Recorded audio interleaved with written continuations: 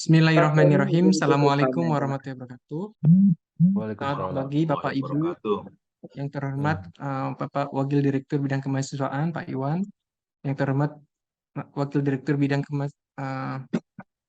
Akademik Bapak Iwan, maaf. Kemudian Pak Tommy Adianto selaku Wakil Direktur Bidang Kemahasiswaan. Selamat pagi Bapak Ibu dosen Politeknik Negeri Bandung, calon pembimbing beserta para reviewer. Pada pagi yang cerah hari ini, Alhamdulillah kita semoga senantiasa dalam keadaan sehat walafiat. Izinkan saya memperkenalkan diri, saya selaku Master of Ceremony pada pagi ini, Yazid akan membacakan susunan acara pada pagi hari ini. Karena waktu yang cukup mendesak, maka saya langsung saja.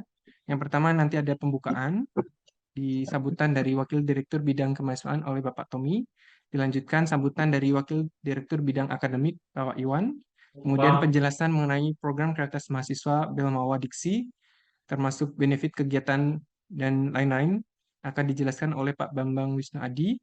Berikut penjelasan terhadap tahapan evaluasi program kreativitas mahasiswa, kemudian highlight program kreativitas mahasiswa bidang karya tulis, bidang kewirausahaan, bidang video gagasan konstruktif, bidang pengabdian masyarakat oleh Bapak Setiadi. Kemudian dilanjut dengan penjelasan mengenai highlight skema program kreativitas mahasiswa bidang riset, eksakta, riset sosial humanoria, karsa cipta, karya inovasi, dan juga PI atau penerapan iptek oleh Ibu Happy Ludiawati. Baiklah, kemudian setelah acara berikut selesai ditutup dengan diskusi. Baiklah Bapak Ibu, untuk memulai acara ini alangkah baiknya kita berdoa terlebih dahulu, berucap Bismillahirrahmanirrahim. Semoga acara hari ini sukses sesuai dengan apa yang kita rencanakan. Bismillahirrahmanirrahim. Baik, untuk pembukaan yang pertama sambutan dari Wakil Direktur Bidang Kemahasiswaan Pak Tommy Adianto. Mangga Pak Tommy. Baik, terima kasih Mas Yazid. Izin Pak Iwan, Pak Bambang, dan teman-teman. Bismillahirrahmanirrahim. Assalamualaikum warahmatullahi wabarakatuh. Selamat pagi, salam sejahtera bagi kita semua. Salam untuk Polban yang jauh lebih baik tahun ini di manajemen yang saat ini. Bapak Ibu, terima kasih sangat saya ucapkan karena memang tadi seperti pembahasan kita di awal, kita sangat maraton program banyak sekali. Setiap hari ada program yang harus kita sosialisasikan. Setiap hari dibuka program Merdeka Belajar Kampus Merdeka. Mohon maaf, di balik kesibukan Bapak Ibu, kami atas nama manajemen terutama kemahasiswaan mungkin ada beberapa informasi yang selalu kami sebar. Mungkin jadi agak pusing, agak lupa yang mana, karena memang cukup banyak saya perhatikan yang berseliweran di media kita ya.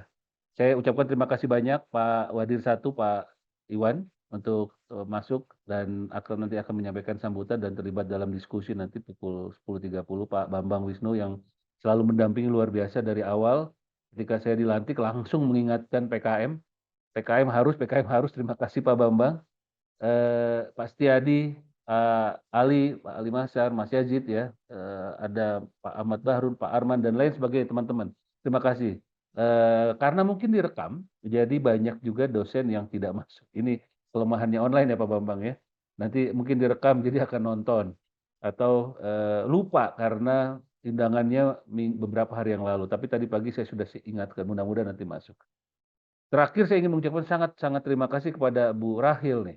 Pak Bambang, Pak Iwan, kalau di kemahasiswaan punya 5 aja orang-orang kayak Bu Rahil nih kayaknya beres semua nih kemahasiswaan kegiatannya ya. Terima kasih banyak nih Bu Rahil. Sangat kreatif, saya cuman nyampaikan beberapa hal, Bu Rahil langsung mengerjakan 10 hal. Luar biasa, terima kasih atas semangatnya, mudah-mudahan banyak dosen muda yang seperti ini. Teman-teman sedikit saja dari saya, mari kita semangat untuk mengerjakan PKM, terutama sebagai dosen pembimbing, karena selain ada penilaian angka akademik 2 ya, di bidang pendidikan dan nantinya maksimal 2 per semester, saya pikir ini menjadi poin yang bagus ya untuk Bapak Ibu masuk dalam rangkaian PKM. Dan saya pernah dulu mendengar cerita banyak dosen-dosen yang mengantarkan mahasiswa ke PIMNAS, itu luar biasa vibes-nya. Jadi berharap banyak dari kita semua yang bisa mengantarkan mahasiswa untuk menjadi pemenang di PIMNAS. Satu lagi tambahan, Bapak Ibu, ada berita bagus. Tadi saya berbicara dengan Pak Bu Rahil ya. kita insya Allah akan mengupayakan dana pendampingan untuk setiap proposal yang nanti tembus. Jadi karena memang ada dana PKM Polban, jadi saya ingin menyemangati teman-teman untuk mengejar target 1.000 proposal yang memang ingin kita kejar, dan nantinya 1.000 proposal ini mudah-mudahan seperti kita menjala ikan ya, mudah-mudahan bisa banyak juga yang masuk, walaupun memang kuantiti tidak bisa merefleksikan kualitas. Tapi sekali lagi tadi saya sampaikan, insya Allah saya akan berbicara dengan P2K, bicara dengan keuangan, karena ada dana PKM Polban, nanti dana ini bisa juga dijadikan dana pendamping untuk PKM Belmawa. Itu saja dari saya, terima kasih Mas Yazid. Mudah-mudahan semangat terus. Wassalamualaikum warahmatullahi wabarakatuh. Waalaikumsalam warahmatullahi wabarakatuh. Baik, terima kasih banyak Pak Tommy Agrianto selaku Wakil Direktur Bidang Kemahasiswaan atas sambutannya. Baiklah Bapak Ibu, kita lanjutkan dengan sesi berikutnya sambutan dari Bapak Wakil Direktur Bidang Akademik, Pak Iwan. Mangga Pak Iwan. Baik, Assalamualaikum warahmatullahi wabarakatuh. Selamat pagi Bapak Ibu sekalian. Terima kasih Pak Tommy yang sudah mengundang untuk kolaborasi saya dari Wadir 1. Ini sering berbicara dengan Pak Tommy karena akan banyak nanti irisan-irisan kolaborasi antara Wadir 1 dengan Wadir 3. Bapak Ibu sekalian, Bapak Ibu senior nih ada Pak Bambang, ada Pak Ali, Pak Bu Yuli, Pak Arman, dan Bapak Ibu yang lainnya. Salam hormat untuk semuanya. Kemudian Bapak Ibu terkait PKM ini kami dari Wadir 1 tentu sangat support ya, sangat mendukung, apalagi tadi ada program 1.000 proposal, ini mudah-mudahan bisa terwujud. Kita dari Wadir 1 nanti akan support, nanti hal-hal apa saja yang dibutuhkan, nanti kita akan support bekerja sama dengan Tommy. Tentu PKM ini bisa menjadi salah satu bagian MBKM ya. Kita tahu MBKM ada 8 jenis, termasuk di dalamnya ada studi independen, ada penelitian, ada magang, dan seterusnya ya. Dan di Wadir 3 ini ada beberapa kegiatan juga yang sangat berkaitan dengan MBKM. Selain PKM, nanti mungkin ada beberapa kegiatan lain, termasuk di Wadir 4 ya. Ada ISMAPO, MSIB, ada Bangkit, dan lain-lain. Ini banyak, saya kira kita banyak berkolaborasi nih. Hanya PR sekarang kita sedang menggodok bagaimana kegiatan-kegiatan ini kita konversi ke dalam SKS ya. SKS-nya bisa misalnya berapa SKS itu mungkin yang sedang kita diskusikan bersama. Untuk saat ini memang per prodi kebijakannya beda-beda PKM ini ya. Di tempat Pak Tommy, PKM ini bisa menggantikan tugas akhir, tapi di prodi-prodi yang lain belum bisa karena kontennya agak berbeda begitu ya. Nah, itu mungkin yang perlu diseragamkan ya, perlu kita bahas bersama. Termasuk di Wadir 1, kita lagi membahas tentang bagaimana konversi dari kegiatan-kegiatan yang itu memang potensial untuk kita klaim sebagai MBKM. Kemudian yang berikutnya, Pak Tommy sama dengan saya kemarin sosialisasi BKD, juga banyak Bapak Ibu dosen yang tidak hadir. Jadi kita akan merekam kegiatan-kegiatan seperti ini, kita upload aja di YouTube, Pak Tommy, biar YouTube kita hidup lagi gitu. YouTube Polban hidup lagi, mudah-mudahan nanti subscriber-nya semakin banyak, ada AdSense-nya juga nih untuk BLU nanti. Jadi kita manage sedemikian rupa ini juga saya yakin banyak dibutuhkan oleh dosen yang lain, hanya mungkin banyak yang bentrok juga, teman-teman dosen dengan mengajar. Jadi harap ini di-manage sedemikian rupa, bisa direkam, kemudian nanti bisa di-upload di YouTube, tambahin thumbnail sedikit lah.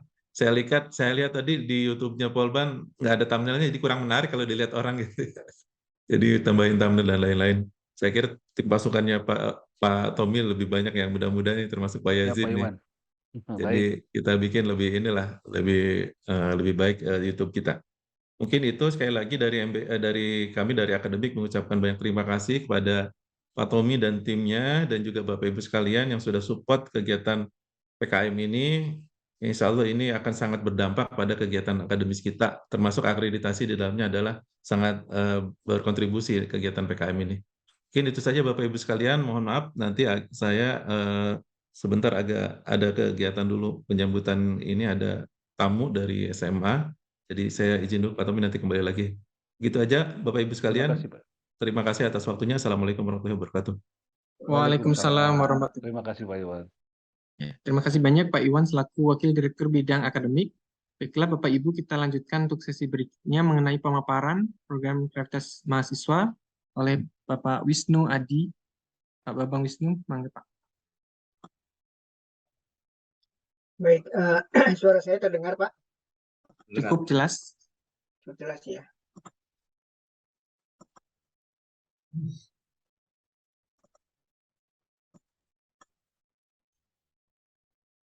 Slide-nya sudah terlihat. Sudah?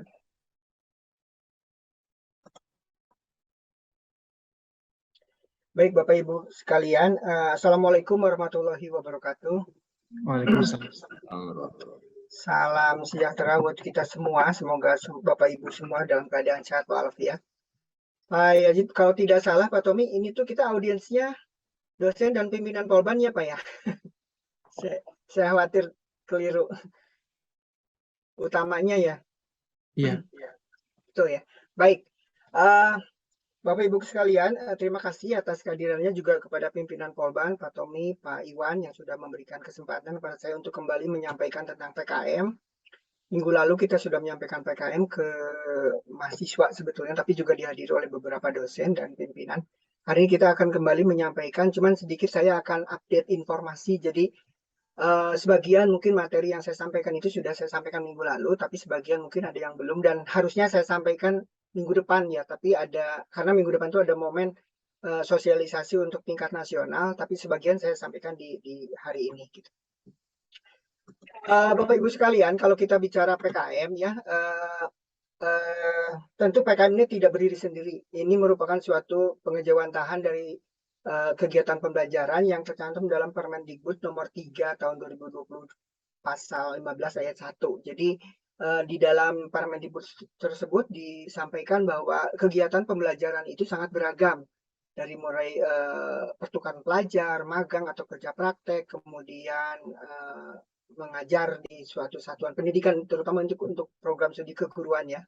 Kemudian melakukan penelitian atau riset, melaksanakan kegiatan proyek kemanusiaan, kewirausahaan, melakukan studi independen, dan juga bisa jadi kuliah kerja nyata atau PKL atau membangun desa. Jadi ada banyak kegiatan pembelajaran yang bisa kita lakukan sesuai dengan Permendikbud nomor 3 tahun 2020.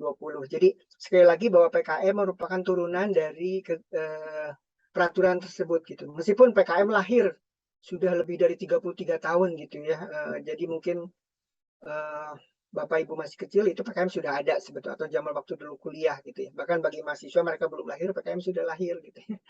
Inilah PKM yang sebenarnya gitu ya. Kemudian kalau kita bicara dengan kebijakan pendidikan tinggi di Indonesia saat ini, kita sedang melaksanakan transformasi pendidikan tinggi di mana di dalamnya ada 8 indikator kinerja gitu ya. Yang pertama adalah bahwa lulusan harus mendapatkan pekerjaan yang layak gitu ya. Kemudian mahasiswa mendapatkan pengalaman di luar kampus, itu nomor 2. Nomor 3, dosen berkegiatan di luar kampus. Kemudian nomor 4, praktisi mengajar di dalam kampus. Jadi di dalam pembelajaran harus melibatkan praktisi. Yang kelima adalah bahwa hasil kerja dosen digunakan oleh masyarakat dan dapat direkognisi di tingkat internasional. Gitu. Kemudian yang keenam, program studi bekerja sama dengan mitra kelas dunia. Gitu. Kemudian yang ketujuh adalah kelas yang kolaboratif dan partisipatif. Kemudian yang 8 adalah program studi berstandar internasional. Beberapa dari 8 indikator kinerja ini Polban sudah lampaui mungkinnya, bahkan terus diupayakan untuk peningkatan kualitasnya. Nah, PKM itu nanti akan memberikan kontribusi program kreativitas mahasiswa ya Bapak Ibu. Jadi PKM di sini bukan program pengabdian pada masyarakat, tapi program kreativitas mahasiswa. Itu akan berkontribusi dalam pencapaian IQ 1, 2, 3, dan 5. Jadi yang pertama adalah terkait dengan lulusan yang punya kualitas tentunya. Kemudian juga mahasiswa mendapatkan pengalaman belajar di luar lab dan kelas maksudnya ya. Kemudian juga dosen juga bisa berkegiatan karena dalam PKM ini tidak bisa berdiri sendiri, harus ada dosen pembimbing. Kalau tidak ada dosen pembimbingnya, tidak bisa didanai oleh kementerian kita. Kemudian yang kelima juga hasil kerjanya nanti bisa direkognisi gitu ya, baik itu oleh masyarakat ataupun dunia internasional. Jadi PKM ini merupakan sebuah kegiatan yang akan membantu institusi perguruan tinggi Polban khususnya untuk mencapai IQ 1, 2, 3, dan 5.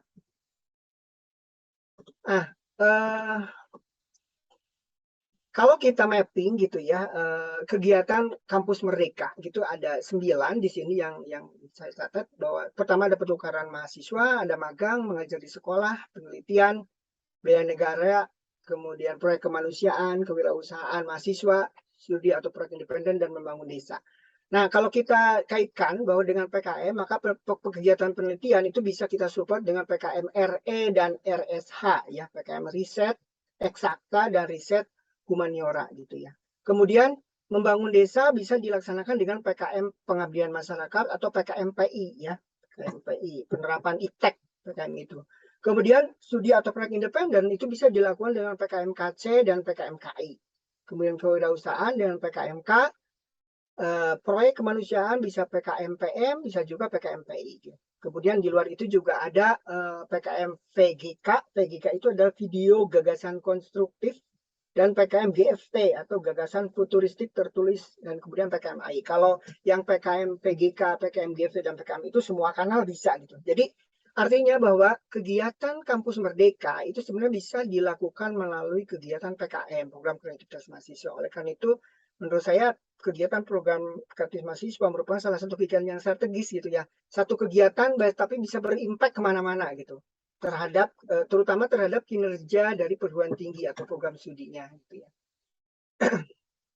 Nah, ini merupakan gambaran umum karakteristik dari PKM. Jadi mungkin Bapak Ibu nanti yang jadi pembimbing diharapkan nanti bisa memahami secara umum gitu ya, dan detail tentunya nanti bagaimana karakteristik PKM itu yang kita harapkan gitu.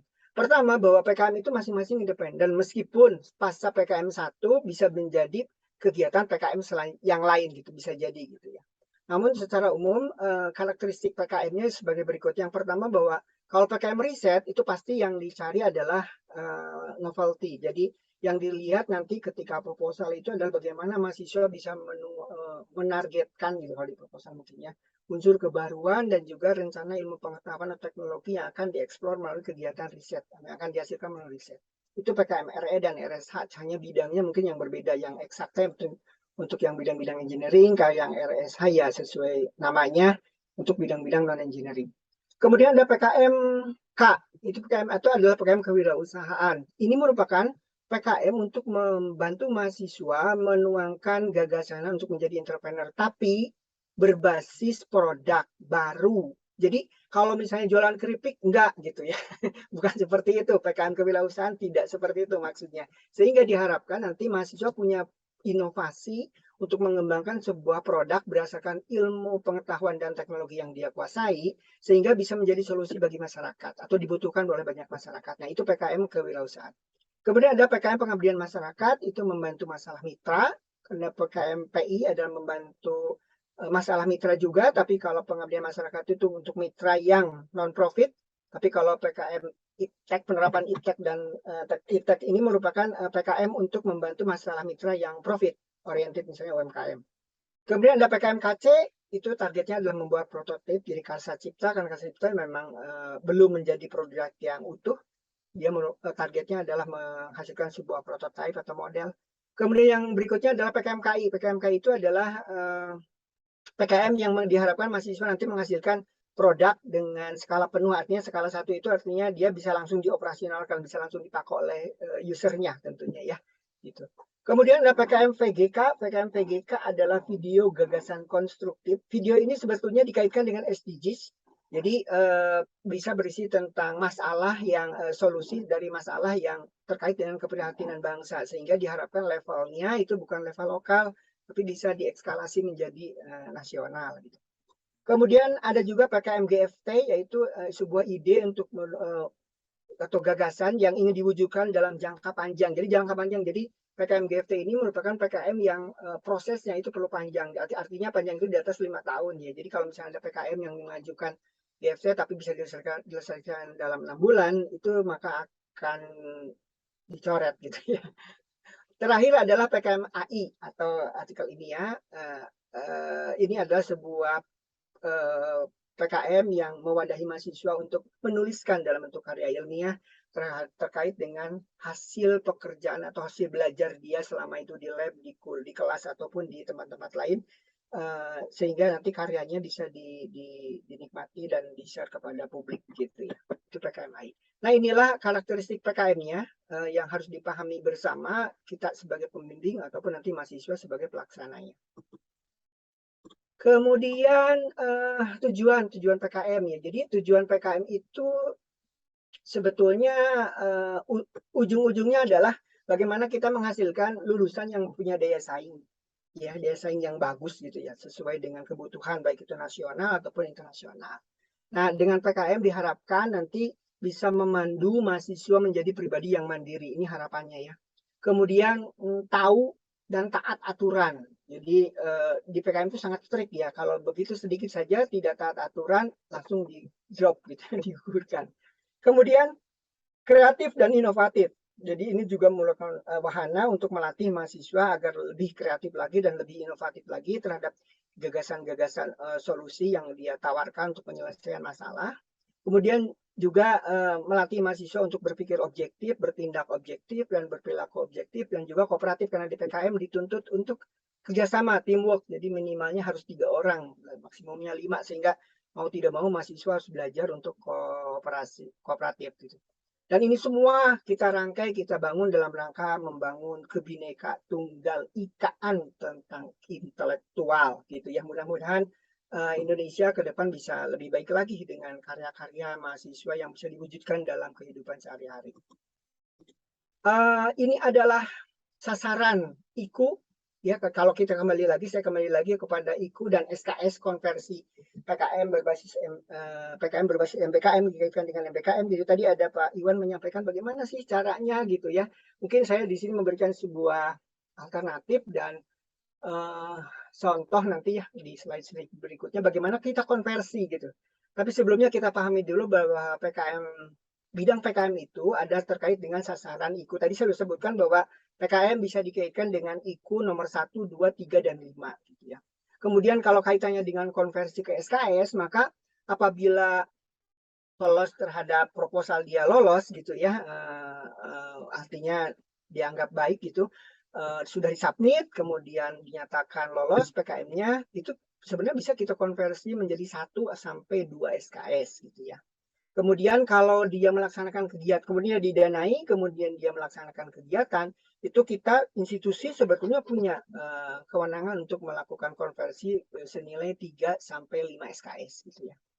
Dan kalau dia nanti lolos PKP 2-nya gitu ya, atau apa ya, progres kemajuan, evaluasi kemajuan, sehingga nanti dia dinyatakan lolos ke PIMNAS dan dia berhasil masuk PIMNAS, maka ada tambahan lagi sebesar 2 sampai 3 SKS. Sehingga kalau diakumulasikan, total kumulatif untuk setiap PKM itu bisa 6 sampai dengan 10 SKS. Itu untuk PKM yang pendanaan ya. Sedangkan PKM yang insentif atau berupa karya tulis, itu maka SKS-nya bisa sekitar 3 sampai 5 untuk GFT dan PKMI bisa 1 sampai 2. Kalau GFT itu karena memang lebih kompleks gitu ya, sehingga apresiasinya bisa lebih besar gitu dibandingkan dengan PKMI. Nah, ini adalah contoh konversinya ya, dan ini sudah tertuang juga kalau tidak salah di pedoman ya sejak beberapa tahun yang lalu. Jadi nanti tinggal didalami lagi dalamnya seperti apa. Oke, ini terkait SKS. Berikutnya adalah contoh. Ini saya membuat sebuah konversi contoh ya. Kenapa kita memberikan apresiasi? Jadi kalau kita mau membuat sebuah konversi SKS, sebetulnya di ranah kita di pendidikan, di Polban maksud saya, harus merumuskan suatu kebijakan dan juga aturan gitu ya. Aturan bagaimana konversi itu dilakukan. Nah, ini adalah sebuah contoh ide saja. Silahkan nanti bisa diadaptasi sesuai dengan jenis PKM dan karakteristik dari prodi atau institusinya gitu ya, perguruan tingginya, dalam ini Polban tentunya. Di sini contohkan adalah komprehensif PKM karya inovatif. Jadi mungkin nanti setiap PKM punya konversi yang berbeda-beda ya, karena ada hubungannya dengan capaian pembelajaran. Jadi ini saya ambil contoh satu aja, karya inovatif. Kalau contoh-contoh yang lain mungkin nanti kita bisa diskusi, karena kita juga pernah menuliskan untuk semua PKM tuh contohnya seperti apa gitu ya, sudah dituliskan, cuman tinggal nanti disepakati di Polban apakah itu mau dipakai atau dilakukan penyesuaian, mangga disesuaikan dengan pimpinan gitu ya, dan kepada ketua prodi dan pengembang kurikulum yang ada di Polban. Jadi ini contoh adalah ketika mahasiswa membuat proposal dan lolos tahap 1, itu sebenarnya dia melakukan pembelajaran. Yang pertama adalah dia mampu menemukan masalah yang dimiliki masyarakat. UMKM. Ini untuk PKMKI ya. Kemudian mampu mengidentifikasi urgensi permasalahan. Jadi dia tahu ini urgen apa enggak. Karena apa? Dilihat dari mana? Misalnya dilihat dari dampaknya. Dampak kalau disolusikan dan dampak kalau melakukan pembiaran gitu. Kemudian mampu merumuskan kebutuhan perangkat solutif, mampu mengidentifikasi regulasi dan atau standar industri yang dapat diacu, karena memang di dalam PKMKI dituntut agar mahasiswa mengungkapkan standar yang digunakannya apa gitu ya. Kemudian mampu mengidentifikasi ilmu pengetahuan dan seterusnya sampai mampu menyampaikan gagasan secara tulis dalam bentuk proposal. Juga dia mampu creative thinking. Nah, apabila kita CP ini kita coba terapkan, maka kurang lebih jam belajar mahasiswanya 45 sampai 90. Jadi sehingga kurang lebih nanti kita bisa rekognisi kegiatan mereka penyusunan proposal itu 1 sampai 2 SKS, kurang lebih begitu gitu ya. Ini contohnya. Jadi kemudian berikutnya adalah apabila melaksanakan kegiatan gitu ya, nanti selama melaksanakan kegiatan PKM mahasiswa itu akan beraktivitas, kemudian berkolaborasi untuk membuat produk atau mewujudkan karyanya atau melakukan kegiatan risetnya gitu ya. Nah sehingga nanti kita bisa menulis CP-nya. Jadi CP-nya apa dulu nih? Misalnya ini mampu mengambil keputusan dalam konteks penyelesaian masalah dan seterusnya. Jadi CP-CP ini kita kumpulkan sesuai dengan karakteristik kurikulum di prodi masing-masing. Kemudian nanti kita akan ditimbang kira-kira berapa waktu yang dibutuhkan untuk melakukan itu gitu ya. Sehingga kita nanti berikan penghargaan. Di contoh ini adalah jamnya 135 sampai 22 jam, kemudian SKS-nya bisa 3 sampai 5 SKS. Jadi ini contoh konversinya ya, untuk contoh konversinya ketika sampai PKP 2 atau sampai laporan kemajuan ya. Atau sampai penyelesaian bahkan kalau ini sampai penyelesaian kegiatan. Nah kemudian nanti kalau misalnya masuk PIMNAS, nah ini beda lagi kalau masuk PIMNAS karena ada kegiatan yang berbeda ya kalau di PIMNAS itu. Beda dengan pelaksanaan di kampusnya gitu. Nah itu sehingga di sana juga ada CP lagi yang nanti akan dikejar atau diselesaikan gitu ya oleh mahasiswa atau dicapai oleh mahasiswa gitu. Nah, seperti ini contoh CP-nya, kemudian waktunya kurang lebih bisa 90 sampai 135 sehingga totalnya menjadi 2 sampai 3 SKS. Sekali lagi ini adalah sebuah contoh saja atau gagasan bagaimana mengkonversi SKS gitu ya dengan dari sebuah kegiatan PKM gitu ya sehingga nanti kita bisa punya justifikasi gitu berapa SKS yang akan kita terima gitu ya. Sebagai atau rekognisi sebagai bagian dari kegiatan pembelajaran. Jadi PKM-nya tidak berdiri sendiri gitu ya. Diharapkan nanti akademik dan kemahasiswaan bisa kolaborasi intensif sehingga satu kegiatan tapi bisa diakui sebagai kegiatan dua belah pihak. Nah, kemudian manfaat. Banyak manfaat tuh ya, ini hanya sebagian saja gitu ya. Nanti kalau udah melaksanakan proses itu akan banyak sekali gitu ya. Kalau bagi perguruan tinggi tentu saja ini akan membantu pencapaian IKU perguruan tinggi seperti yang saya tadi sampaikan. Kemudian juga berkontribusi dalam capaian kinerja bidang akademik dan kemahasiswaan karena di kemahasiswaan akademik kan masing-masing akan dinilai ya Pak Tommy, Pak Iwan.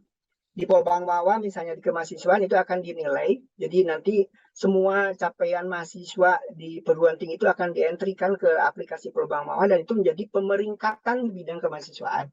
Mungkin di akademik juga seperti itu gitu ya. Jadi ada pemeringkatan yang atau kriteria penilaian yang mau nggak mau harus melibatkan mahasiswa, aktivitas mahasiswa yang termasuk diantaranya adalah PKM. Kemudian berikutnya juga berkontribusi untuk penilaian akreditasi institusi ya. Jadi kalau Polban nih dalam periode Pak Marwan ini harus reakreditasi ulang ya kalau tidak salah. Nah ke BANPT, nah itu kalau mahasiswanya banyak berkegiatan PKM itu akan berkontribusi dalam penilaian akreditasi.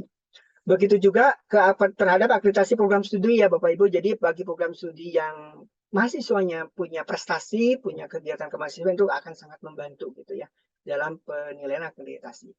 Kemudian bagi dosen, seperti yang disampaikan disinggung ya bahwa memang kegiatan pembimbingan mahasiswa untuk menciptakan suatu karya atau produk yang saintifik itu mendapatkan angka kredit ya, angka kredit di mana di situ dibatasi dalam PO tahun 2019 itu sebanyak 2 kegiatan per semester gitu ya, dan masing-masing dapat poinnya 2 gitu ya, sehingga nanti angka kredit ini bisa digunakan untuk laporan BKD, SKP juga bisa gitu ya, bahkan nanti kenaikan jabatan fungsional. Jadi Bapak Ibu kalau Bapak Ibu membimbing gitu ya, ini akan sangat berguna untuk angka kredit ini. Jadi mohon nanti mungkin kepada pimpinan kalau ada mahasiswa, ada dosen yang membimbing, diterbitkan SK-nya di level Polban kalau bisa, jangan di level jurusan, karena kalau di level, karena memang kegiatan PKM itu menuntut lintas prodi gitu.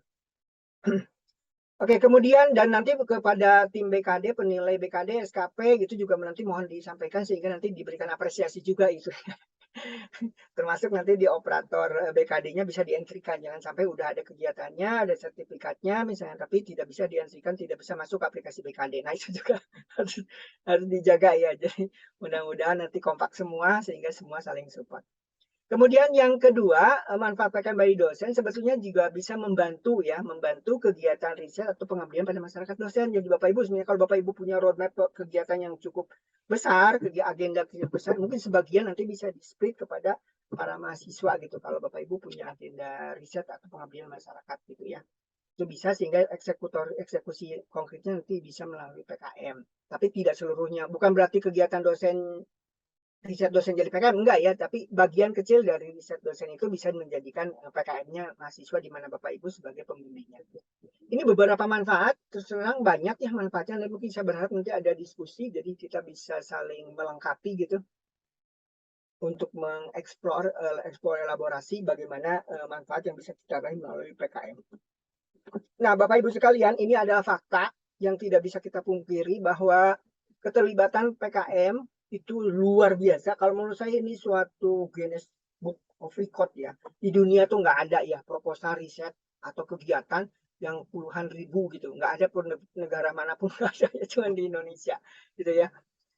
Tahun 2022 memang ada penurunan yang signifikan dari tahun-tahun sebelumnya karena memang pengaruh pandemi dan anggaran yang disediakan oleh kementerian kita karena sebagian dana diambil untuk penyelesaian COVID, penanganan COVID, sehingga memang ada penurunan signifikan. Namun demikian tetap keketatan cukup tinggi ya, jadi proposalnya 37.000 itu ya, yang tertinggi dalam sejarah 6 tahun terakhir itu kan tahun 2017 ya, tapi 2020 37 itu lumayan masih tinggi. Kemudian jumlah mahasiswa 183 ribuan, 388, perguruan tinggi asalnya 1.400, jadi perguruan tingginya naik. Bapak Ibu sekalian, jumlah kontribusi. Jadi kalau Polban diam saja tuh rugi banget gitu ya, karena perguruan tinggi lain berlomba-lomba karena mereka sudah mulai memahami bagaimana benefit yang bisa diperoleh dari kegiatan PKM ini, sehingga perguruan tinggi banyak-banyak ikut serta dalam kegiatan ini. Kemudian yang didanai yang terakhir tahun 2022 itu cuma 1.523 proposal. Jumlah mahasiswanya yang terlibat 6.092 dan perguruan tinggi asalnya 379. Jadi Bapak Ibu bayangkan dari 1.400 itu perguruan tinggi yang berhasil dananya cuma 379 karena sebagian besar perguruan tinggi itu ternyata gagal, tidak ada satupun proposal yang didanai gitu ya. Jadi ini kita Polban jangan sampai kalah nih gitu ya dengan perguruan tinggi lain gitu. Perguruan tinggi Indonesia itu ada 3 ribuan ya Bapak Ibu sekalian kurang lebih, dan ini baru setengahnya yang partisipasi baru setengahnya, dan kita harus tetap eksis sehingga kita harus mengupayakan terus agar kualitas kita dari tahun ke tahun makin baik. Oke, PKM sudah ada transformasi gitu ya, ada perubahan dari tahun ke tahun PKM itu ya. Tadi saya katakan bahwa PKM itu lebih dari 30 tahun gitu sudah eksis, dan dari tahun ke tahun selalu ada evolusi sesuai dengan kebutuhan dan perkembangan zamannya. Nah, untuk PKM 2023, ini ada beda Bapak Ibu sekalian. Nah, ini mungkin ada sedikit beda dengan Belmawa ya. Yang pertama untuk 2023 itu waktu pelaksanaan sama 4-5 bulan, kalau tahun kemarin 3-4 bulan. Untuk pendanaan nih agak beda. Kalau di Belmawa, pendanaan itu 6-10 juta dari Belmawa. Kalau kita 6-10 juta itu dari Dikti Vokasi. Jadi Dikti Vokasi punya anggarannya sekitar 6-10 juta pagunya gitu. Kemudian maksimum 2 juta dana pendamping dari PT. Nah, ini tidak wajib. Jadi kalau yang Belmawa wajib. Jadi kalau universitas itu harus menyediakan 2 juta maksimum. Boleh 1 juta boleh, 1,5 juta boleh gitu ya. Tapi maksimum 2 juta. Kalau PT Vokasi itu tidak wajib. Namun kalau misalnya bisa menyediakan itu akan sangat baik karena itu akan memberikan ruang dan semangat juga gitu ya bagi para pelaku proses, baik itu dosen ataupun mahasiswanya gitu. Jadi kalau tadi Pak Tommy menyampaikan Polban akan mendanai, alhamdulillah sekali gitu ya. Jadi mudah-mudahan nanti proposalnya lebih banyak yang lolos gitu ya. Nggak apa-apa Pak, PKM Polbannya dikurangi dananya kalau memang tidak ada lagi gitu ya. Tetapi kalau PKM nasionalnya lebih banyak didanai kan bagus juga gitu ya. Jadi sebenarnya plus resultannya kepada institusi tetap baik gitu ya. Kemudian ada juga dana dari instansi lain 1 juta maksimum, tapi ini juga sama tidak wajib gitu ya untuk PKM ini. Gitu.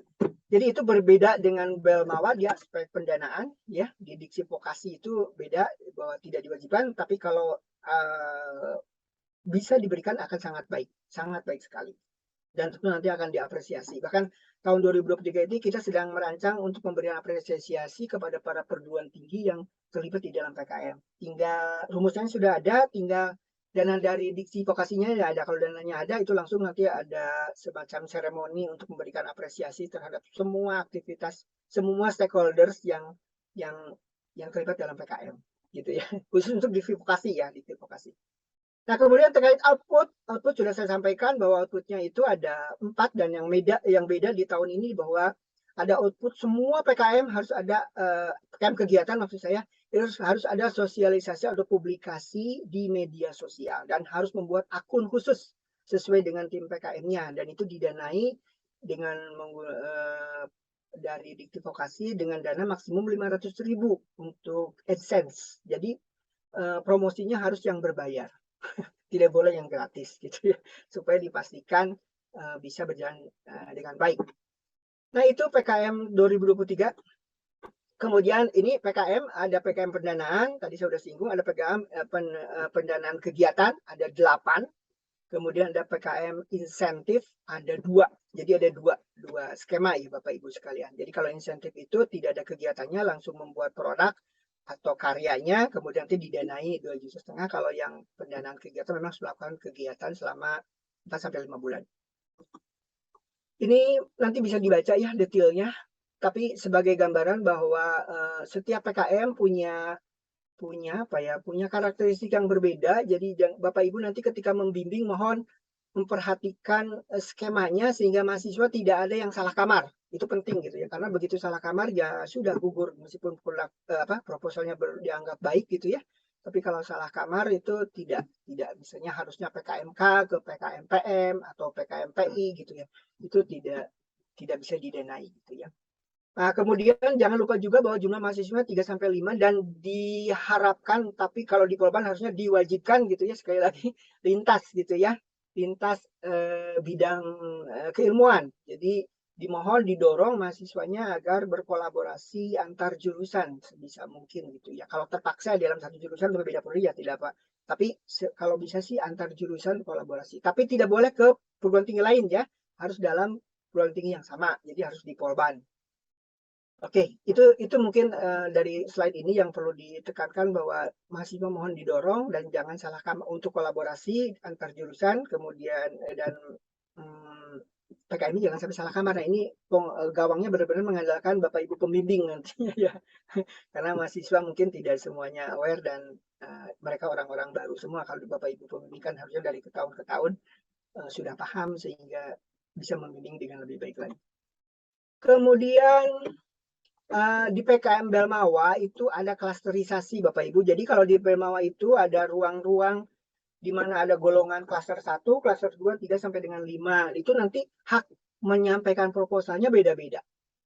Nah, kalau di surat edaran terakhir dari Dikti Vokasi tidak ada klasterisasi. Jadi politeknik manapun boleh mengajukan proposal gitu ya. Namun nanti mungkin mengenai jumlah kuotanya, ini yang tahu biasanya operator perguruan tinggi. Di Polban itu siapa ya operatornya ya? Pak Tommy, siapa operator di Polban? Bu Ratna. Nah, nanti mungkin Bu Ratna akan bisa melihat kuota untuk Polban itu berapa. Kalau untuk tahun kemarin itu kalau tidak salah 400 ya Bu Ratna ya? Ya, sekitar 400. Sekitar 400 ya. Nah, oleh karena itu berarti kalau kita target 1000 artinya kita harus melakukan proses seleksi Bapak Ibu sekalian. Nah mungkin nanti ini ada hajatan besar kalau melampaui kuota yang nanti akan tercantum di akun aplikasinya berarti akan ada effort untuk melakukan seleksi. Tapi kalau tidak ada maka effortnya adalah peningkatan kualitas saja gitu ya. Jadi peningkatan kualitas dari proposalnya, sehingga kita pastikan bahwa proposal yang disubmit itu kualitasnya baik gitu mungkin. Itu ya, jadi di perguruan tinggi vokasi tidak ada klasterisasi. Kemudian ini pendanaan tadi sudah saya sampaikan, nanti ada rekapnya, dananya dari Dikti Vokasi, dari perguruan tinggi, tidak wajib, tapi kalau mau ada sangat keren sekali gitu ya. Kemudian ada dari instansi lain juga boleh maksimum 1 juta, sehingga total nanti omset mahasiswa itu maksimumnya adalah 13 juta. Jadi nanti mahasiswa harus membuat suatu kegiatan dengan volume maksimum 13 juta gitu ya. Minimumnya 6 juta ya tentunya. Jadi kalau mahasiswa yang punya kegiatan ingin dananya 20 juta, ya nggak bisa melalui PKM gitu ya. Atau sebaliknya, dananya cukup 5 juta saja, ya nggak bisa pakai PKM gitu. Jadi PKM itu harus kegiatan dengan dana sekitar 6 sampai 13 juta dengan sumber pendanaan yang dari 3 pihak ini gitu ya. Oke, ini terakhir mungkin pengumpulan proposal yang diupdate khusus untuk Dikti Vokasi ya, bukan Belmawa. Kita mendapatkan perpanjangan 4 hari maaf. Ya, jadi nanti dokumen itu tanggal 6 Maret jam 23.59 gitu ya, komitmen evaluasi internal dan surat komitmen dari dana tambahan itu yang tadi yang disampaikan Pak Tom maksimum 2 juta itu nanti disampaikan 6 Maret, kemudian proposalnya diunggah paling lambat 8 Maret tengah malam sama. Kemudian nanti dosen dan pimpinan perguruan tinggi harus melakukan validasi. Nah, ini Bapak Ibu yang menjadi pembimbing maka harus melakukan validasi paling lambat 10 Maret. Tidak ada perpanjangan Bapak Ibu sekalian. Jadi mohon sekali waktunya dimanfaatkan dengan sebaik mungkin ya. Kemarin kita sudah nego dan alhamdulillah ada perpanjangan dan suratnya sudah dirilis ya Bu Rahil ya, sudah di-share ya. Bu Rahil sudah belum? Surat dari Dikti Vokasinya sudah ada kan tentang ini ya, pengumpulan proposal yang baru? Sudah Pak. Sudah ya, baik. Jadi mudah-mudahan itu sudah dibaca semua. Kemudian terakhir bahwa yang namanya kunci sukses PKM itu udah 3 elemennya Bapak Ibu. Perguruan tinggi, Polban, dosen, dan mahasiswa. Ini kalau ketiganya tidak kolaborasi dengan baik gitu ya, atau muternya berlawanan arah gitu ya, dan tidak sinergis itu tidak kompak ya nggak bisa jadi apa-apa. Jadi supaya sukses maka harus kolaborasi dari 3 pihak ini sangat penting. Oleh karenanya mungkin diperlukan ada koordinasi yang baik dan mudah-mudahan di Polban di tahun ini bisa dilakukan dengan lebih baik lagi karena PKM hanya akan sukses apabila perguruan tinggi, Polban, dosen, dan mahasiswa bisa kolaborasi dengan sangat baik. Mungkin itu saja dari saya sebagai pembuka dan nanti akan disampaikan materi yang lain oleh yang lain. Terima kasih. Wabillahi taufiq wal hidayah. Wassalamualaikum warahmatullahi wabarakatuh. Waalaikumsalam warahmatullahi wabarakatuh. Terima kasih banyak Pak Bambang Wisnuwadi dengan pemaparannya dan juga memberikan inspirasi pada kita semua bahwa PKM itu sangat penting bagi kita terutama dosen, mahasiswa, dan juga institusi. Baiklah Bapak Ibu, kita lanjutkan untuk penjelasan tahap evaluasi program kualitas mahasiswa, highlighting karya tulis, PKM kewirausahaan, juga gagasan konstruktif, dan PKM pengabdian masyarakat akan disampaikan oleh Bapak Setiadi Rahmat. Mangga Pak Setiadi Rahmat. Baik, terima kasih atas kesempatannya. Mungkin secara umum saya menjelaskan secara umum dulu ya. Pada intinya tadi sebenarnya yang paling penting adalah dari penilaian gitu ya. Jadi kita mulai aja dari penilaian izin share screen. Apa sudah terlihat? Sudah. Mbak sebentar. Kemana ini?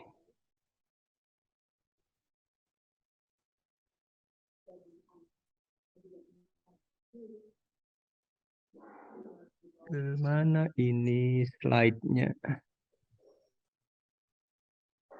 Slideshow. Beberapa tadi sudah dijelaskan oleh Pak Bambang. Jadi pada tahun 2023 ini ada 11 buku pedoman terkait dengan PKM kemahasiswaan.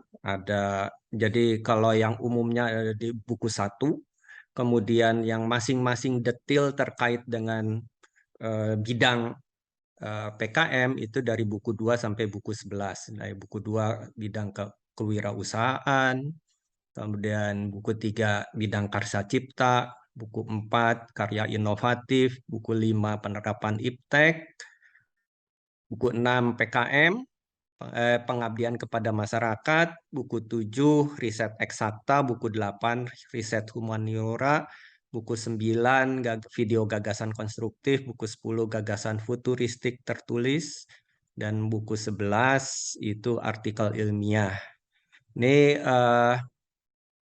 kalau tahun sebelumnya riset itu sebagai satu kesatuan bidang riset, tapi ada pecahannya eksakta dan humaniora, riset humaniora, maka tahun ini dipecah dari awal, dibedakan buku panduannya. Ini dalam penyusunan proposal supaya tanda kutip berhasil, ini buku ini harus di refer secara detail. Ya, jadi pastikan masuk bidang yang mana, kemudian semua persyaratan dari masing-masing bidang itu harus terpenuhi, gitu ya. Ada kemungkinan masing-masing bidang itu berbeda urutan penulisan, metode penulisan proposalnya. Nah, secara umum semua penjelasan umumnya ada di buku 1, tapi yang detailnya ada di buku 2 hingga buku 11. Ini sudah dijelaskan oleh Pak Bambang, ini juga sudah. Nah, yang kenapa penting karena di sini PKM ini bersifat kompetitif. Jadi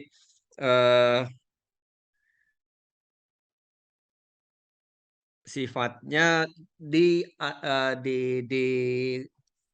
dikompetisikan antar karena dana terbatas, jumlah yang bisa diterima juga terbatas, sehingga semua proposal akan dikompetisikan. Jadi ini sudah pada dasarnya seperti apa PKM-nya ini sudah dijelaskan. Jadi alurnya ini seperti ini, mungkin dari awalnya adalah penyusunan proposal. Ya, kalau misalkan tadi seperti yang dikatakan oleh Pak Bambang bahwa proposal kita yang terkumpul di Polban melebihi kuota yang diberikan oleh diksi vokasi, maka secara ininya bahwa Polban harus melaksanakan seleksi proposal, gitu ya. Ini seleksi proposal di level perguruan tinggi yang lolos saja yang diupload ke Simbel Mawa. Nah, di sana ketika masuk itu nanti akan dilakukan seleksi proposal oleh reviewer, oleh Dirjen Vokasi. Ya. Nah, ini kalau lolos di seleksi level proposal, maka baru akan didanai dan diizinkan melaksanakan PKM. Nah, setelah melaksanakan PKM nanti ada PKP 2. Di sini pemeriksaan progresnya, dilakukan pemeriksaan progresnya. Di sini juga menentukan apakah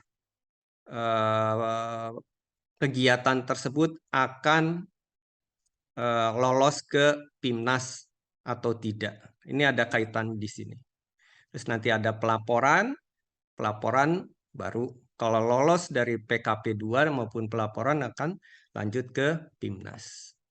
Ini tahapannya sosialisasi penyusunan proposal di PT, kemudian ada penilaian ini pasti lokal, kemudian unggah oleh PT, unggah proposal, kemudian yang proposal yang diunggah akan dinilai oleh penilai, kemudian ada pengumuman PKM didanai dan tanda tangan kontrak.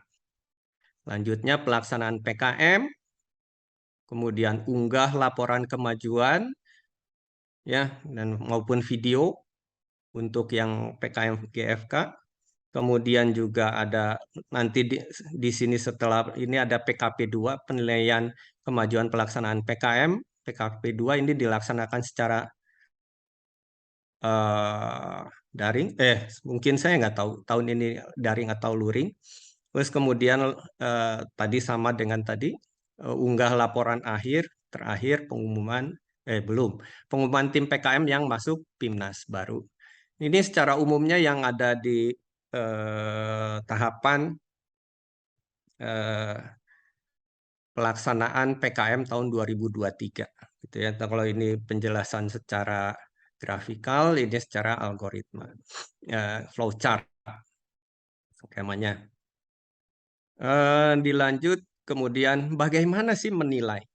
Sebenarnya dalam penilaian ini, proses penilaian seleksi proposal ini ada 2 tahap.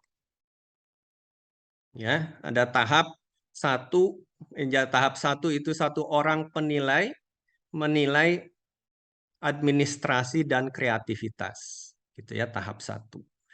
Jadi intinya apa yang dikejar di sini dari administrasi ini, jadi tujuan awal dari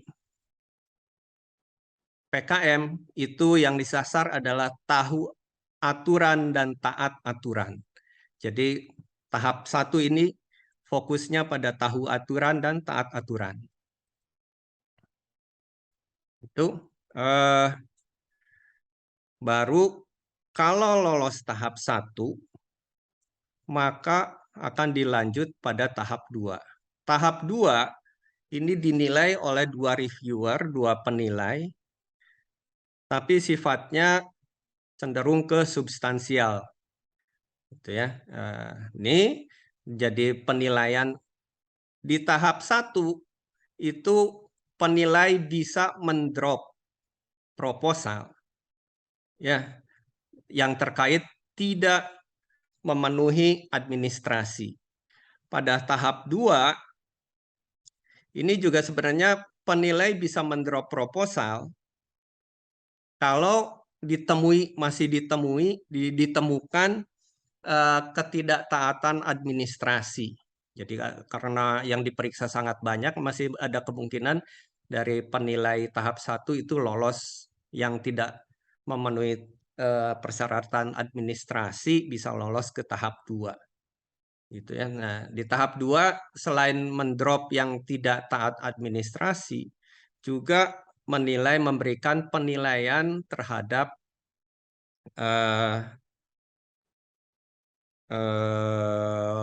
substansial dari proposal yang diajukan. Gitu. Nah, penilai pada tahap 2 tidak melakukan pendropan berdasarkan nilai. Jadi dia memberikan nilai, bisa mendrop proposal berdasarkan ketidaktaatan administrasi dan memberikan, kalau lolos dari tahap administrasi, memberikan nilai terhadap proposal.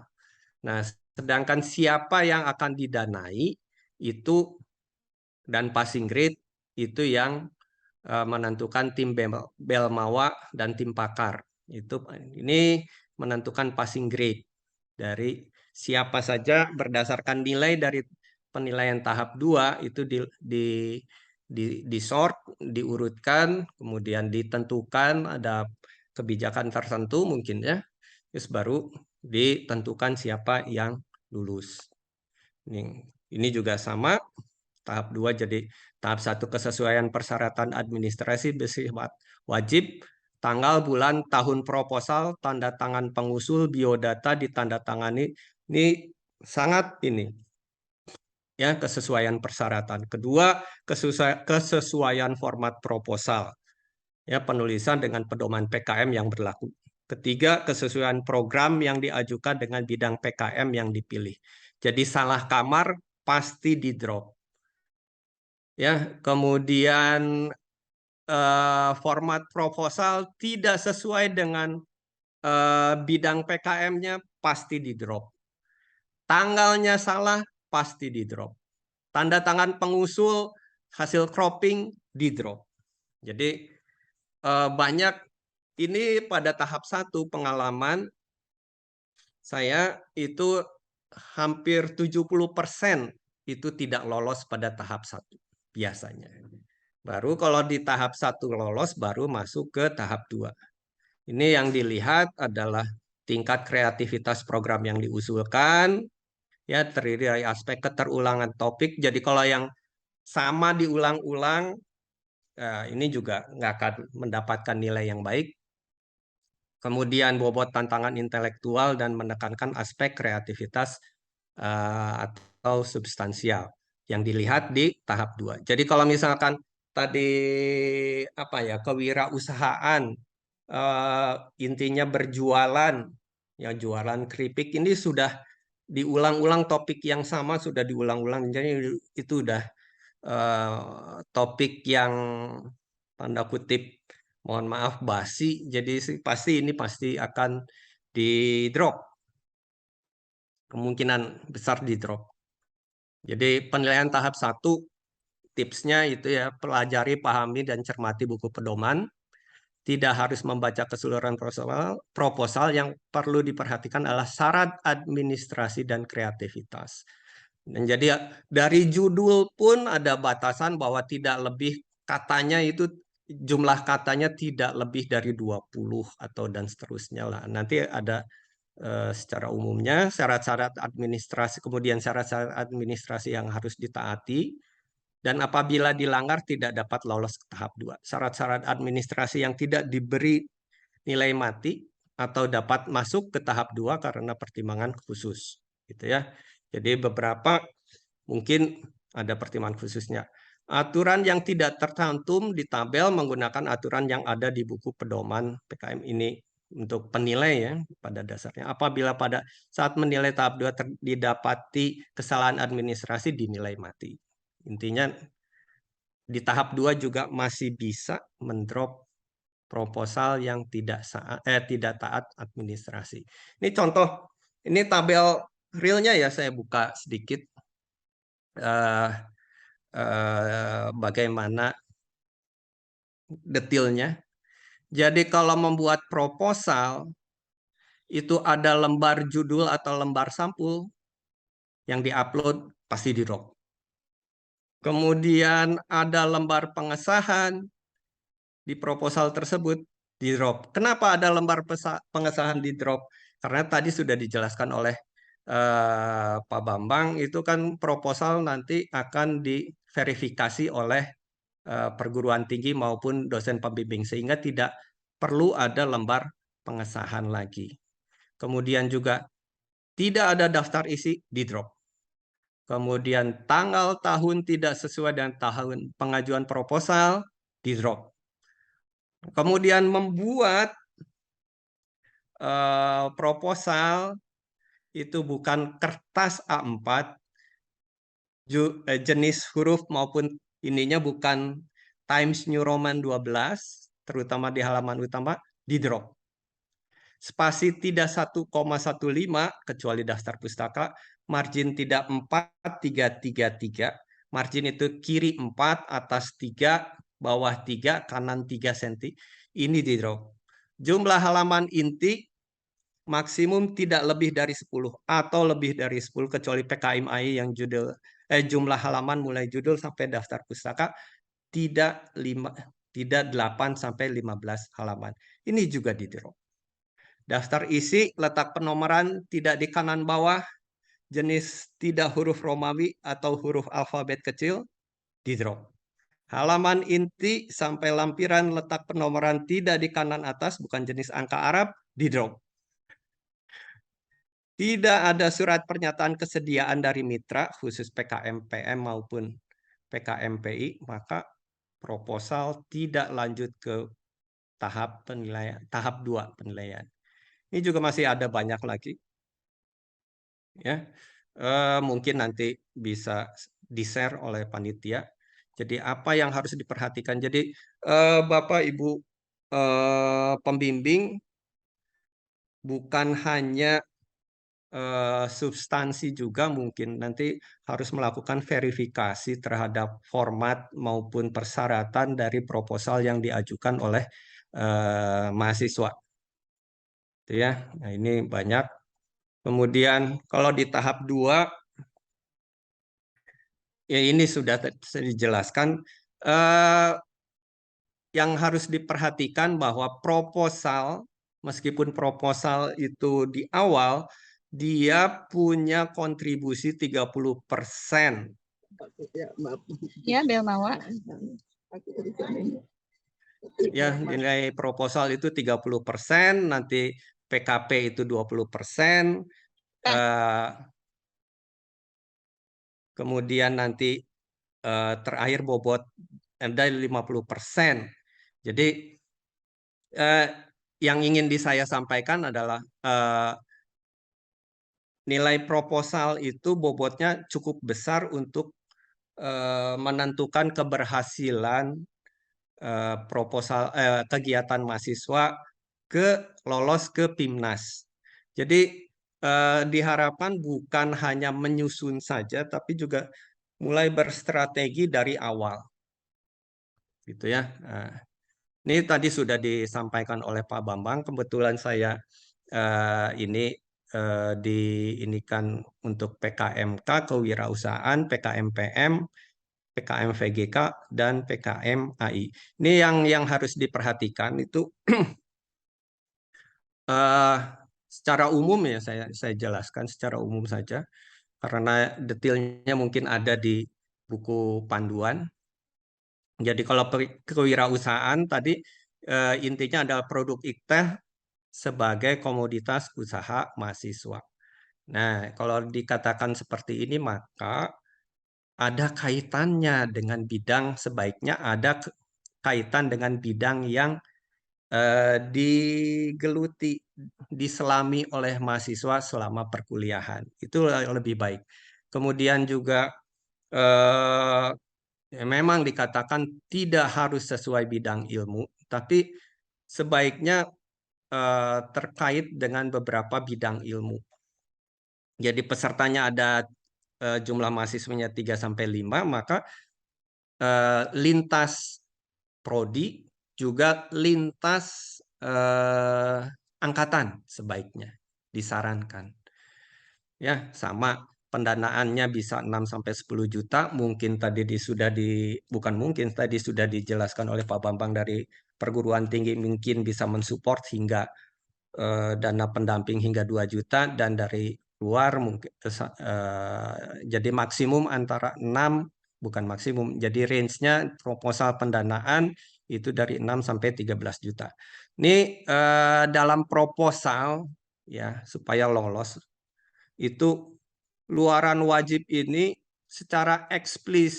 tolong secara eksplisit dinyatakan bahwa ada satu laporan kemajuan hasil dari yang ini di proposal, hasil dari kegiatan itu harus ada laporan kemajuan, laporan akhir, produk usahanya seperti apa didetilkan, kemudian akun media sosialnya seperti apa juga didetilkan, dirincikan,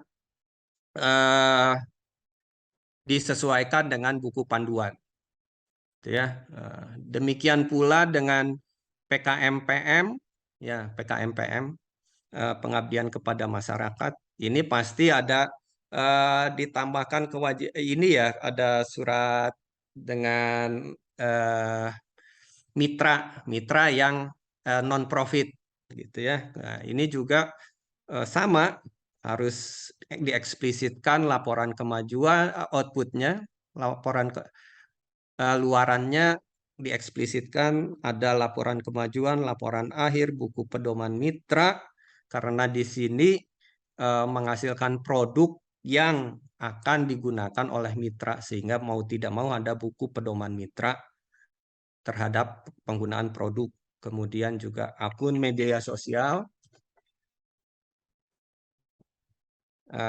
Pada PKM video gagasan konstruktif, ini ada 4 luarannya, ini pun harus dituliskan secara eksplisit, dan terakhir PKM AI ini sifatnya adalah insentif. Jadi ini semua kegiatan yang sudah dilakukan mahasiswa kemudian dituliskan sebagai artikel ilmiah. Saya kira presentasinya tidak detail terkait isi dari PKMK maupun PKMPM maupun PKM VGA. Ini detailnya ada di buku panduan. Demikian saja Pak, Bu. Penjelasan dari saya. Terima kasih. Ya, baik, terima kasih banyak Pak Setiadi Rahmat dengan pemaparannya tentang PKM PGK kewirausahaan dan juga PKM artikel ilmiah beserta PKM PM ya. Pak Arman mungkin ada yang ditanyakan, Pak Arman, raise hand. Baik. Assalamualaikum warahmatullahi wabarakatuh. Di jurusan Refri, saya sudah coba 2 kali melakukan ya, obrolan santai melalui online maupun offline. Saya kira kita harus hadapi bahwa mahasiswa kita belum begitu aware. Jadi apa yang tadi yang disampaikan oleh Pak BW, Pak Setiadi, kelihatannya perlu kita coba strategikan bagaimana itu sampai ke mahasiswa. Karena interestnya saja belum. Gitu Pak. Jadi dengan segitu banyak pilihan, dengan segitu banyak aturan, dengan segitu banyak insentif, mahasiswa kita belum aware. Bahkan saya sudah ketemu dari hari Selasa, hari malam Kamis saya sudah ngobrol, begitu ternyata belum. Gitu. Jadi kita perlu merumuskan strategi lebih lanjut, begitu. Apalagi Polban bilang, ya ada juga Pak Tomin gitu, kita perlu merumuskan strategi lebih lanjut, begitu. Karena ya nggak tahu ya, gara-gara mungkin generasi online, membaca aturannya saja Pak, baru saya coba dari yang ini ya, panduan utama, saya tanya bagaimana panduan utama, mau pilih apa, itu baru tahap pertama Pak, sampai hari ini saya belum menemukan respon, begitu Pak. Nanti detail-detailnya, ketika detail-detailnya kita saya kira sambil belajar mungkin nanti tanya, saya juga secara detail tidak menguasai ya, paling saya tanya lagi, pasti ada ini gimana, Pak BW ini bagaimana, begitu. Masalahnya kan kita coba mahasiswanya bikin proposal dulu, gitu. Sekarang tuh, waduh, 2 kali pertemuan yang saya lakukan itu belum ada respon lah, belum ada respon. Jadi Pak Tommy, ya sementara ini kita harus perlu Mas Yazid gitu ya, Pak Setiadi, kita memang perlu mencari solusi bagaimana caranya mahasiswa kita mau memulai dulu begitu. Tadi mungkin yang disampaikan oleh Pak Setiadi saya setuju, mungkin kita kepikiran sama saya, kita bikinkan template-nya saja dulu Pak. Supaya secara administratif mereka bisa lolos lah begitu. Itu Pak. Baik, terima kasih. Ya, terima kasih banyak Pak Arman atas tanggapannya. Mungkin nanti tim akan mengatur strategi bagaimana awareness dari mahasiswa supaya semangat membuat proposal PKM, entah melalui penugasan mata kuliah atau bagaimanapun, nanti mungkin kita bisa lanjutkannya. Mohon maaf, masih ada satu lagi sesi terakhir dari Ibu Happy Lidiawati akan menjelaskan tentang highlight program kreativitas mahasiswa bidang riset, terutama riset eksakta, riset humanoria, karsa cipta, PKM karya inovasi, dan PKM penerapan iptek. Mangga Ibu Happy. Nanti kita lanjut diskusi setelah Bu Happy ya. Mangga Bu. Ya, terima kasih Mas Yazid. Mas Yazid, dari kemarin salah terus nyebutin nama Ibu, Mas. Oh, iya. Ibu Happy. Padahal tos bubur berun bubur iya teteh. Kurang terkenal. Tidak populer soalnya namanya ya. Baik. Apakah suara saya jelas? Jelas pisan Ibu. Jelas, clear Bu. Alhamdulillah, mangga. Bismillahirrahmanirrahim. Assalamualaikum warahmatullahi wabarakatuh. Wilujeng enjing menuju siang, Bapak Ibu semuanya yang hadir di sini. Saya coba membantu Pak Tommy ya sebagai WD3 yang baru yang semangatnya masih sangat kuat gitu ya. Bahkan punya cita-cita 1000 ya. Masya Allah 1000 pengen submit ya.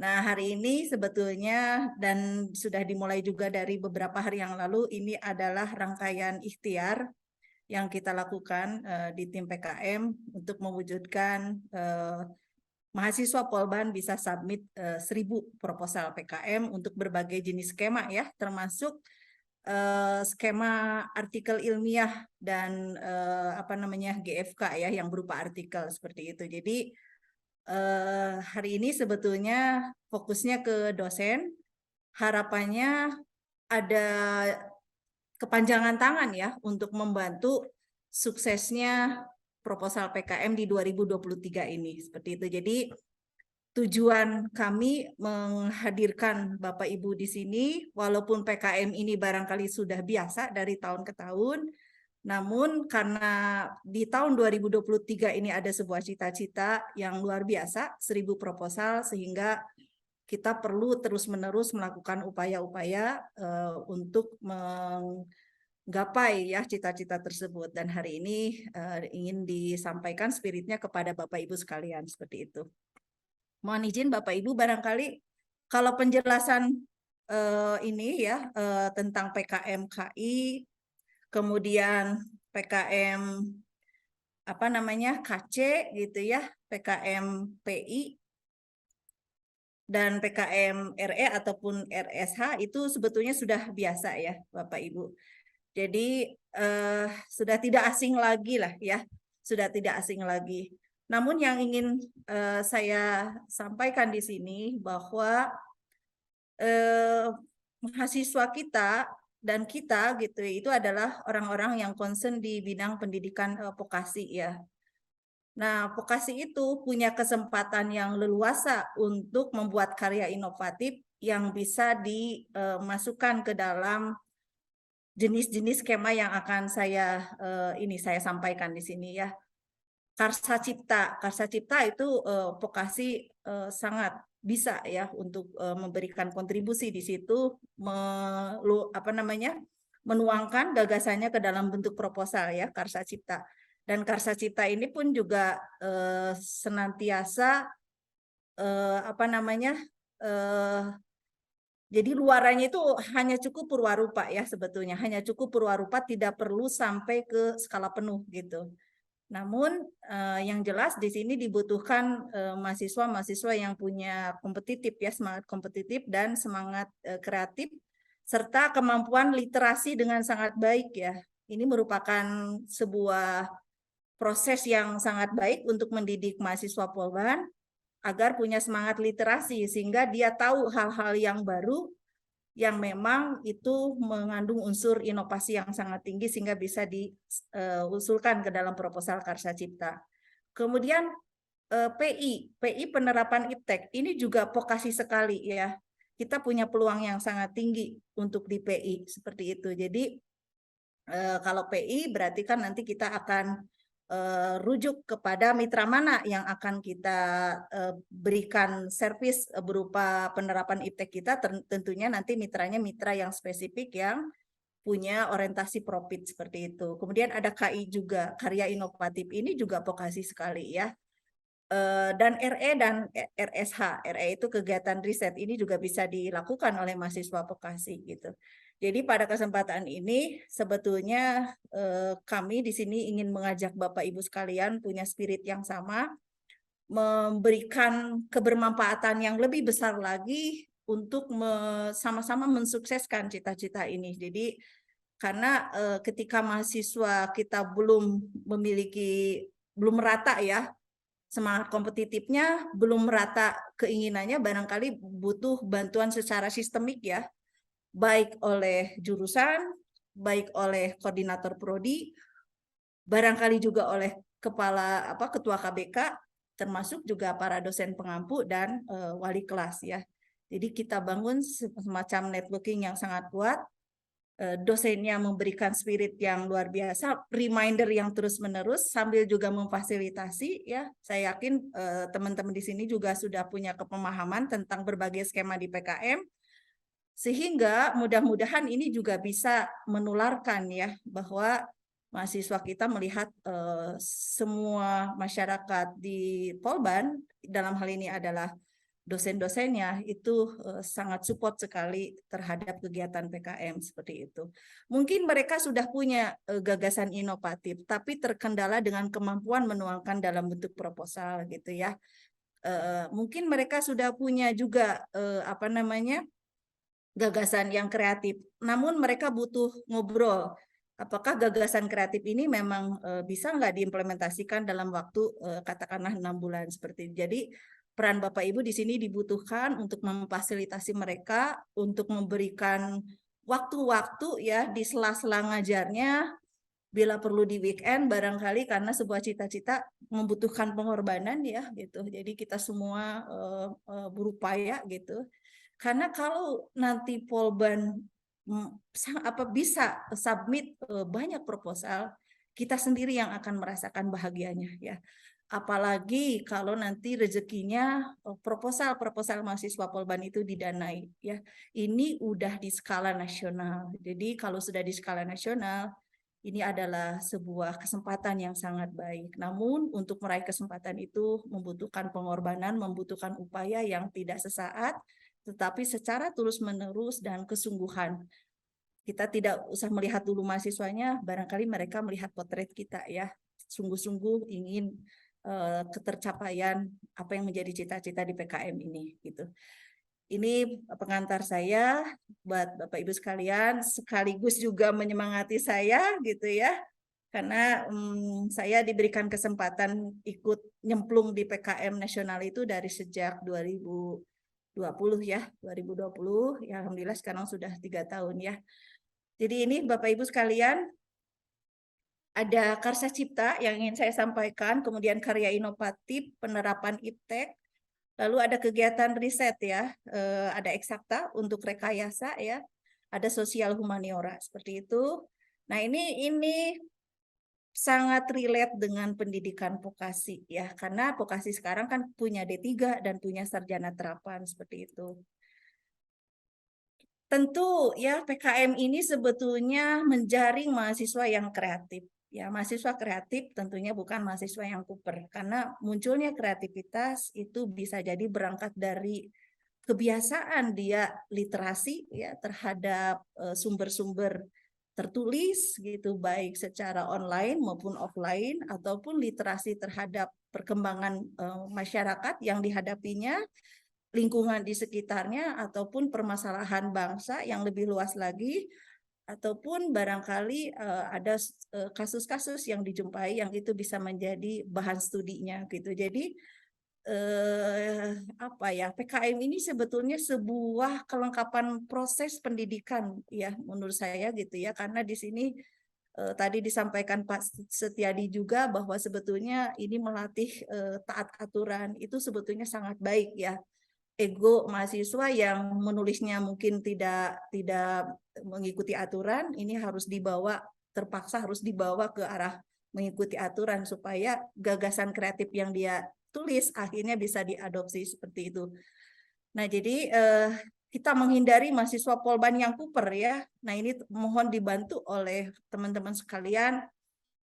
Tapi sebelum itu ya barangkali kitanya juga yang tidak kuper ya gitu. Jadi tempatkan dulu diri kita sebagai pribadi yang tidak kuper, yang senantiasa punya spirit literasi, lakukan observasi dan berbagainya, sehingga mudah-mudahan kreativitas itu kita miliki seperti itu. Oke, ini ada PKM KC dan KI. Ini saya dekat-dekatkan ya Bapak Ibu sekalian untuk bisa melihat di bagian mana kita meng-highlight seperti itu. KC karsa cipta, KI karya inovatif. Nah, keduanya itu menuntut novelty, bahasa kerennya mungkin ya, atau kebaruan. Berarti penting kan namanya upaya literasi ya. Senantiasa merujuk kepada perkembangan iptek saat ini seperti apa gitu ya. Nah, kebaruan di situ bisa jadi tidak dari nol ya, bisa jadi yang sudah ada gitu ya, lalu dipelajari ternyata ada kelemahan, maka dilakukan perbaikan sebagai improvisasi, sebagai upaya perbaikan, itu bisa menjadi kebaruan.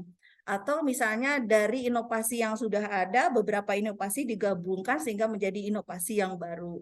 Atau ada orang yang sudah melakukan sesuatu, tapi kita menemukan bahwa kalau bagian mana dari subsistem dari karya inovatif yang tadi dibuat, ternyata dengan dibuang salah satu atau dua dari subsistem di situ menghasilkan fungsi yang baru yang mungkin lebih memperbaiki dari karya inovatif sebelumnya. Itu pun merupakan kebaruan seperti itu. Jadi silakan, ini kesempatan untuk vokasi ya gitu. Jadi dan saya yakin juga Bapak Ibu sudah terbiasa ya senantiasa mencari update-update dari perkembangan ilmu dan teknologi. Terutama juga kita punya peran KBK ya. Dengan KBK ini mudah-mudahan ini bisa dibantu ya seperti itu.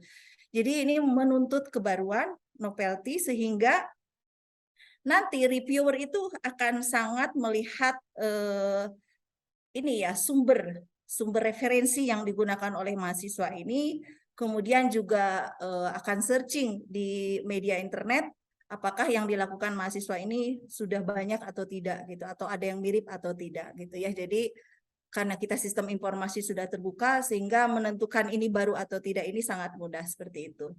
Nah, lalu apa bedanya? Kalau tadi samanya seperti itu ya. Kalau KC dengan KI ini di mana bedanya? Tentunya di target atau tadi luaran ya. Produknya kalau KC, karya inovatifnya cukup sampai prototipe. Jadi urusan packaging, urusan cabling-nya yang mungkin wiringnya yang masih kalau di elektro ya, masih pabaliut panginten ya gitu ya. Atau belum user friendly gitu. Yang penting secara fungsi, oke, ini masukkan ke Karsa Cipta. Tapi ada juga yang sebuah produk yang tentunya dia merujuk kepada sebuah standar.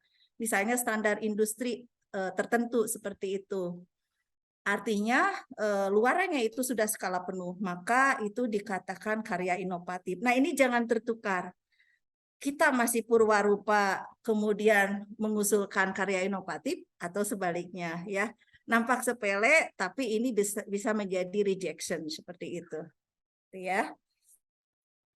Kemudian hal yang spesifik dari PI ya. PI hal yang spesifiknya apa di sini? Kalau tadi KC dengan KI ya. Kemudian PI. PI kata kuncinya adalah penerapan.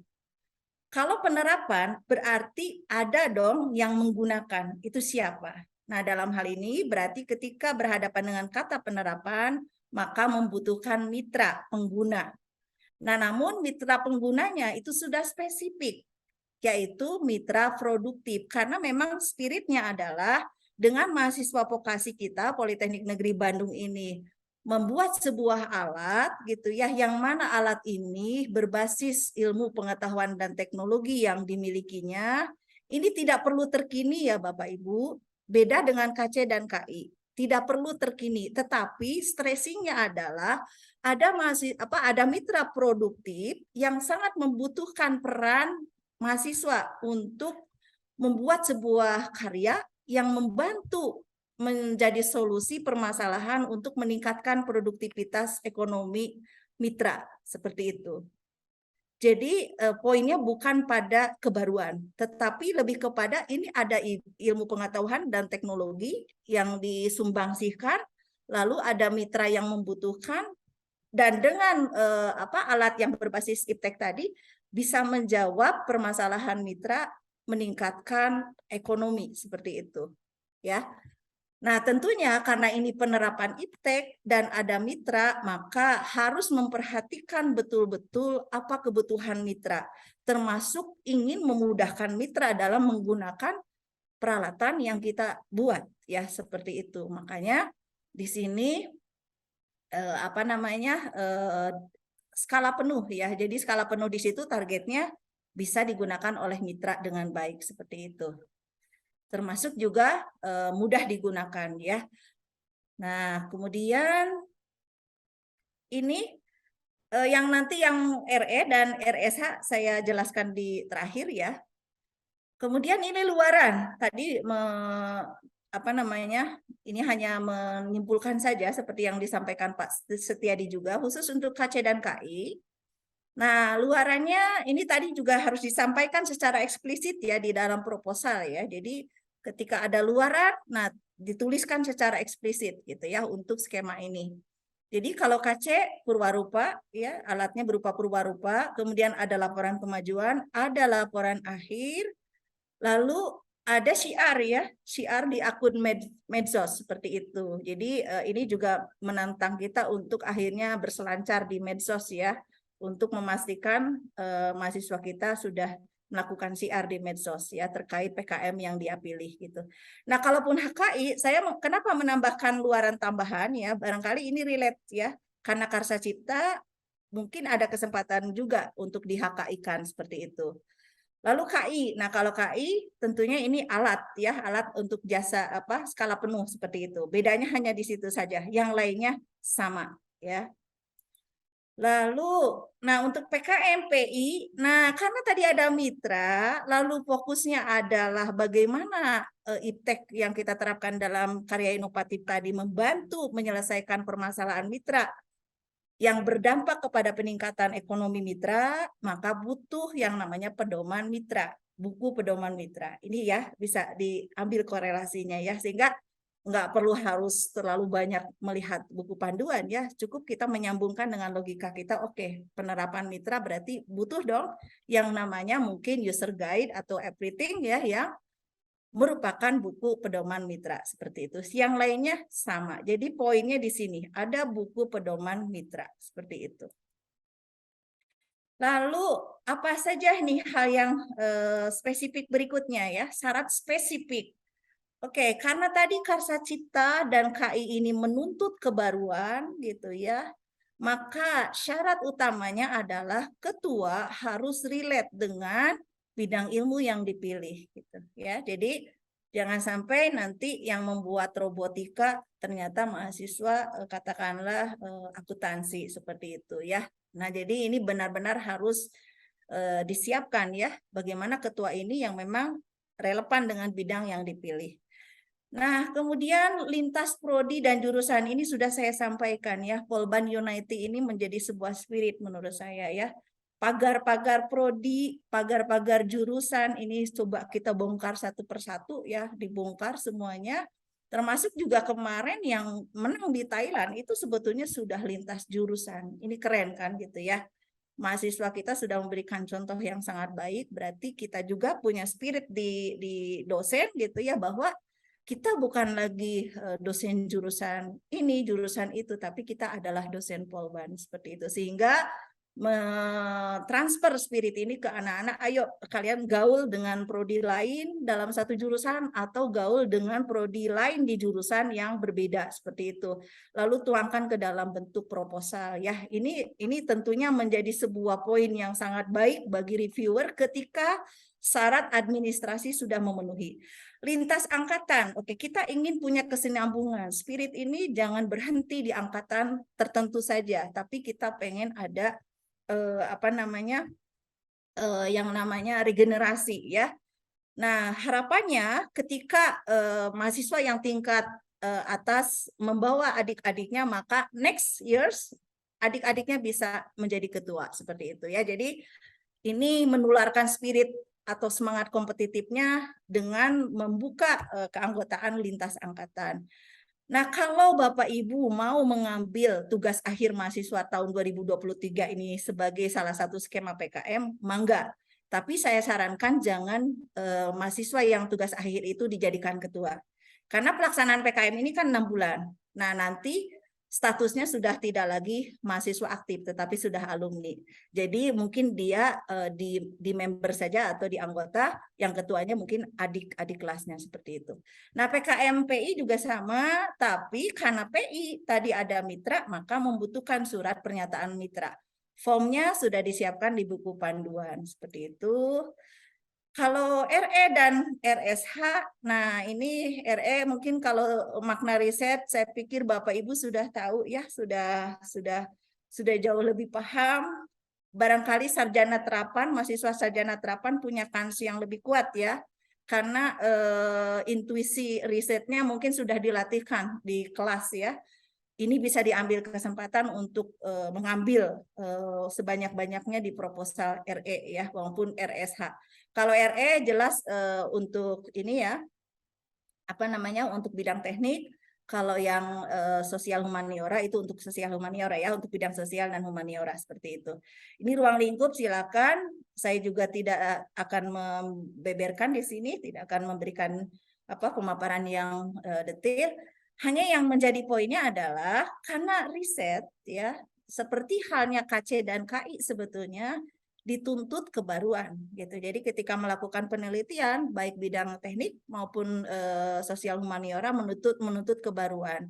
Nah, karena kegiatannya penelitian, maka yang menjadi rujukan pun sudah spesifik. Bisa jurnal internasional bereputasi atau jurnal nasional yang terakreditasi. Nah, karena kebaruan, maka ada sebuah tuntutan 5 tahun terakhir ya, sehingga nanti di dalam list referensi itu akan dilihat tahun publikasinya seperti itu. Sehingga tidak disarankan buku ajar menjadi referensi ya ataupun textbook menjadi referensi seperti itu. Nah, luarannya karena kegiatan penelitian ya, maka ditambahkan di sini di poin 3 ya. Ada artikel ilmiah. Karena kan kita kalau melakukan penelitian maka kita tuangkan ke dalam bentuk artikel ilmiah. Mangga bisa proceeding nasional, IRWNS barangkali bisa menjadi alternatif ya. Jadi artinya supporting PKM terhadap submit karya ilmiah atau artikel ilmiah di IRWNS ini sangat baik ya. Kalau nanti P3M melaksanakan juga ISAT, kita bisa berbondong-bondong ke ISAT gitu atau ke HKI ya. Yang lain-lainnya sama seperti itu. Kalau syarat spesifik kembali lagi karena ini harus ada kebaruan, maka ketua harus sesuai ya dengan bidang yang dipilihnya seperti itu. Bapak Ibu mohon izin, ini yang saya lanjut dulu aja. Nah, ini ada warning, Bapak Ibu. Ini warning ini kenapa saya tuliskan di sini? Karena bikin sakit hati gitu ya. Jadi udah bagus ya idenya, udah bagus gagasan yang akan dituangkan dalam proposalnya. Tapi karena tidak disiplin, walaupun tidak disiplin ini katakanlah tidak keseluruhan gitu ya. Contoh misalnya seharusnya referensi itu pakai Harvard style, tapi karena kita barangkali di karya ilmiah ataupun yang dilatihkan dosen mungkin pakai IEEE style, sehingga bagian referensinya tidak sesuai. Tapi yang lain-lainnya sesuai, sudah. Langsung reject. Ini menyenangkan bagi reviewer. Ketemu ini mah udah nggak usah lagi dilihat isinya, seperti itu. Atau ini sepele juga, ece-ece, receh ya. Menulis halaman gitu ya, itu antara isi itu berarti berangkat dari introduction atau bab 1 sampai ke referensi itu berbeda dengan di bagian awal-awal ya, daftar isi atau misalnya abstrak seperti itu ya. Kalau ada abstrak, kalau saya tidak salah tidak ada abstrak ya, tapi di daftar ini ya yang di awal-awal tuh ada daftar gambar misalnya seperti itu ya. Ternyata tidak sesuai halamannya, meletakkan halamannya itu berbeda ya. Jadi ada yang di atas, ada yang di kanan bawah, ada yang di kanan atas. Nah, ternyata ini berbeda maka reject gitu ya. Atau halamannya ditulis tidak dengan Times New Roman, walaupun ini kecil itu bisa reject. Atau juga RAB tidak sesuai. Jadi ini sangat penting sekali melihat panduan ya. Melihat panduan seperti itu. Kemudian PKM ini juga ada beberapa PKM tadi ya yang membutuhkan inline ketuanya, ternyata ketuanya tidak inline gitu ya, tidak sesuai bidang. Ini juga rejection. Lalu ada kata penelitian di kegiatan KC, KI dan PI. Nah, ini Bapak Ibu sekalian mudah bagi reviewer ya. Saya suka iseng saja kalau proposal di hadapan saya gitu ya di laptop, saya searching aja Ctrl F, kalau ada kata penelitian padahal dia klaim KC atau KI atau PI, sudah saya reject karena memang kegiatan KC, KI dan PI ini tidak membutuhkan lagi riset ya. Gitu seperti itu. Jadi sudah dituangkan dalam bentuk kegiatan-kegiatan yang jadilah seperti itu ya. Atau ini luaran sebatas purwarupa seperti yang tadi saya sampaikan malah memilih KI atau PI ya. Salah menuliskan skema pada biodata. Nah, ini sebagai efek copy paste ya, copy paste yang menular gitu ya, tapi lupa diedit di bagian nama skemanya. Udah bener nama, alamat dan lain-lainnya, pas di bagian dekat tanda tangan, di situ ada nama skema, lupa ya karena buru-buru, karena biasa bekerja ala sangkuriang gitu ya, lupa gitu. Harusnya dia menulis KC, malah PI, udah di reject ya. Nama kita di situ juga dicantumkan sebagai pembimbing, kan jantan kumahanya gitu ya. Nah, jadi ini benar-benar menuntut kita untuk teliti gitu ya, membutuhkan koreksi yang sedetil-detilnya seperti itu. Tanda tangan digital sudah disampaikan Pak Setiadi. Atau salah menuliskan subbab. Nah, ini Bapak Ibu mohon diperhatikan, yang subbab ini saya enshow dulu, saya pindah ke bagian lain. Oke, di sini. Apakah ada di layar? Ini sudah pindah belum di layarnya? Belum, masih PowerPoint. Oh, masih PowerPoint ya? Oh iya, sorry. Tadi saya bukan screen ya, sebentar, punten. Ini aja screen aja share-nya, biar. Oke, sekarang sudah ada ya di layar ya? Sudah. Nah, ini contoh untuk PKM KC ya. PKM KC susunannya ini Bapak Ibu. KC Karsa Cipta ya. Nah, Karsa Cipta itu bab 1 pendahuluan. Ini ya. Bab 1 pendahuluan gitu ya. Ini pendahuluan gitu. Kemudian bab 2 itu adalah tinjauan pustaka. Lalu bab 3 tahap pelaksanaan. Nah, ini jangan diganti dengan metodologi penelitian. Anak-anak kita kadang-kadang nggak paham ini teh gitu ya. Perlu kita bantu ya. Bahwa KC bukan itu susunan isi proposalnya. Nah, ini yang banyak kejebak di bab 3. Seringkali tahap penelitian yang ditulisnya karena mungkin dia ambil template dari RE atau RSH, ditulisnya tahap penelitian ya. Nah, ini yang paling fatal di bab 3 terutama. Kalau biaya ini lebih relatif lebih aman ya, hanya di bagian tabelnya ya. Nah, ini yang banyak keliru. Biasanya anak-anak, aduh ini mah asa jelek ya, template-nya saya ganti, ya itu fatal. Jadi kreativitas di mengubah template ini malah bahaya ya gitu. Ini contoh yang KC ya. Kemudian contoh lainnya adalah yang, nah Bapak Ibu bisa lihat juga ya. Ini adalah KI. Nah kalau KI bisa dilihat juga, ini beda ternyata ya. Oke sebentar, KI, oke di sini ya. Nah KI ini pendahuluan sama ya. Kemudian yang keduanya tinjauan pustaka. Nah, tahap pelaksanaan mungkin sama ya dengan yang tadi ya. Silakan nanti dilihat ya, ada bedanya di mana gitu. Penerapan IPTEK ini enggak? Coba di penerapan IPTEK. Oke, pendahuluannya sama, tinjauan pustaka sama. Nah, metode pelaksanaan ya, mungkin dicek lagi ya. Biaya seperti itu. Nah, di RE yang jelas berbeda ya. Kalau di RE itu sudah ini RE ya, contoh RE nih. RE, oke kita lihat. Pendahuluan, sebentar, mana ininya? Oke, tetap. Nah ini ya, ini isi proposalnya di sini pendahuluan, tinjauan pustaka. Nah beda kan? Di bab 3-nya metode riset gitu ya. Jadi ini mohon diperhatikan baik-baik karena ini juga menjadi penentu syarat administrasi ya, seperti itu. Begitu Bapak Ibu kembali lagi ke sini. Terakhir dari saya gitu, harapannya Bapak Ibu bahwa menulis proposal PKM ini tidak berhenti sampai sudah ini submit kemudian didanai berhenti gitu ya. Karena saya yakin inovasi itu tidak akan pernah berhenti ya. Hasrat kita untuk melakukan improvisasi, untuk memperbaiki apa yang sudah dilakukan, untuk menemukan hal-hal baru ke depan, saya pikir ini tidak akan berhenti ya. Jiwa kita sebetulnya di situ gitu ya. Makanya harapannya jangan berhenti hanya sekedar submit PKM lalu didanai lalu end. Enggak gitu ya. Kita lanjutkan Bapak Ibu ya. Dari sisi dosen, mungkin nanti ngobrol dengan prodi atau kebijaksanaan tertentu dari dosen, ini juga sudah disampaikan Pak Bambang. Ketika mahasiswa submit proposal PKM, oke kita hargai. Tentunya dia sudah punya spirit yang berbeda dengan mahasiswa yang pasif. Mangga penghargaannya seperti apa, itu bisa dipikirkan oleh kita masing-masing ya.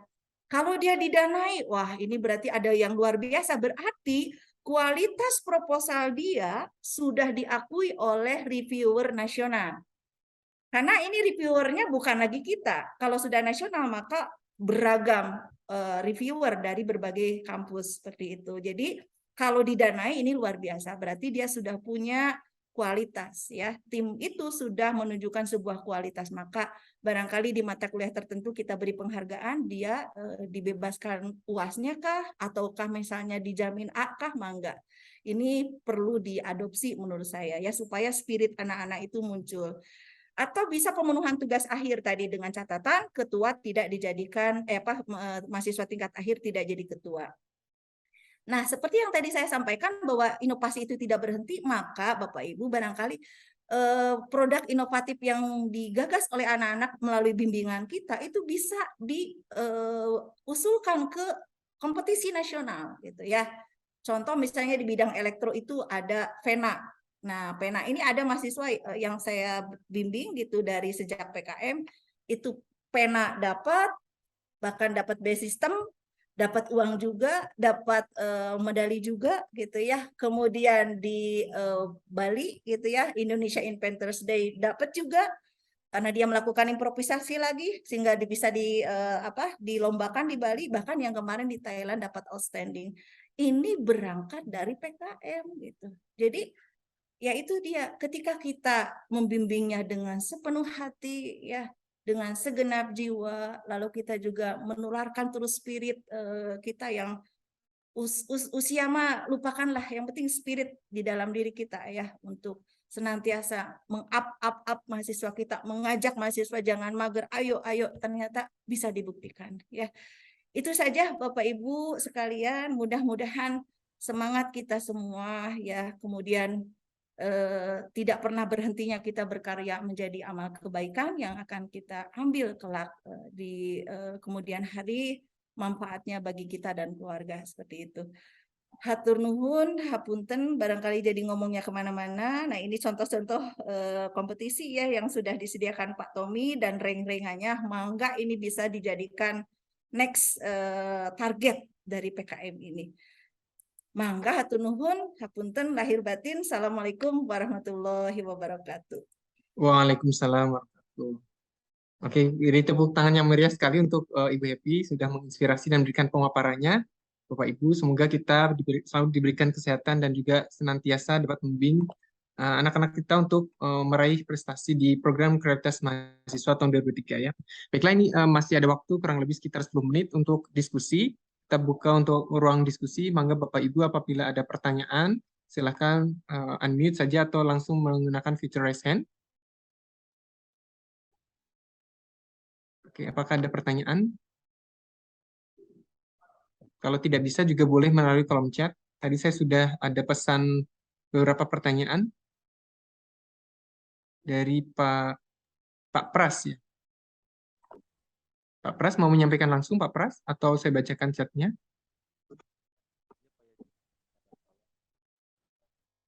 Pak Pras menanyakan tentang jumlah kuota Bapak Ibu. Untuk kuota Polban yang sebanyak 400 itu, apakah kuota yang pasti diterima atau Polban hanya dapat mensubmit maksimal 400 proposal atau 500 proposal saja tahun ini?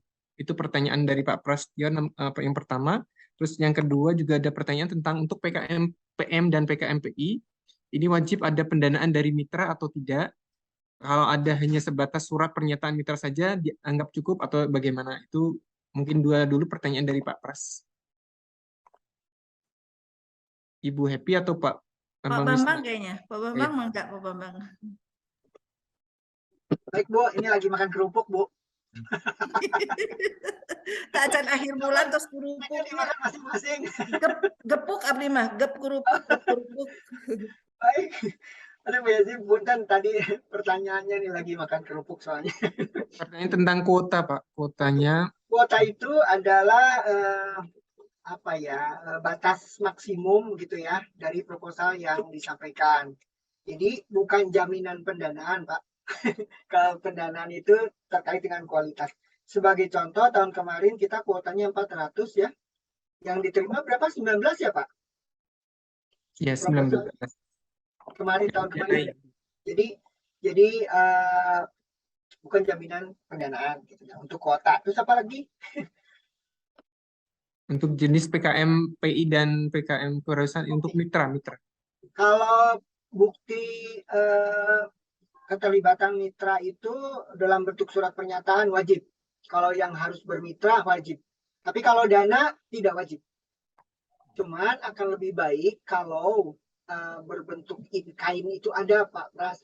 Karena itu pasti akan diapresiasi ya, akan diapresiasi oleh reviewernya, penilainya dibandingkan dengan misalnya PKM PI terutamanya. Tapi mitranya nggak ada kontribusi sama sekali, nah itu kan nggak gimana gitu.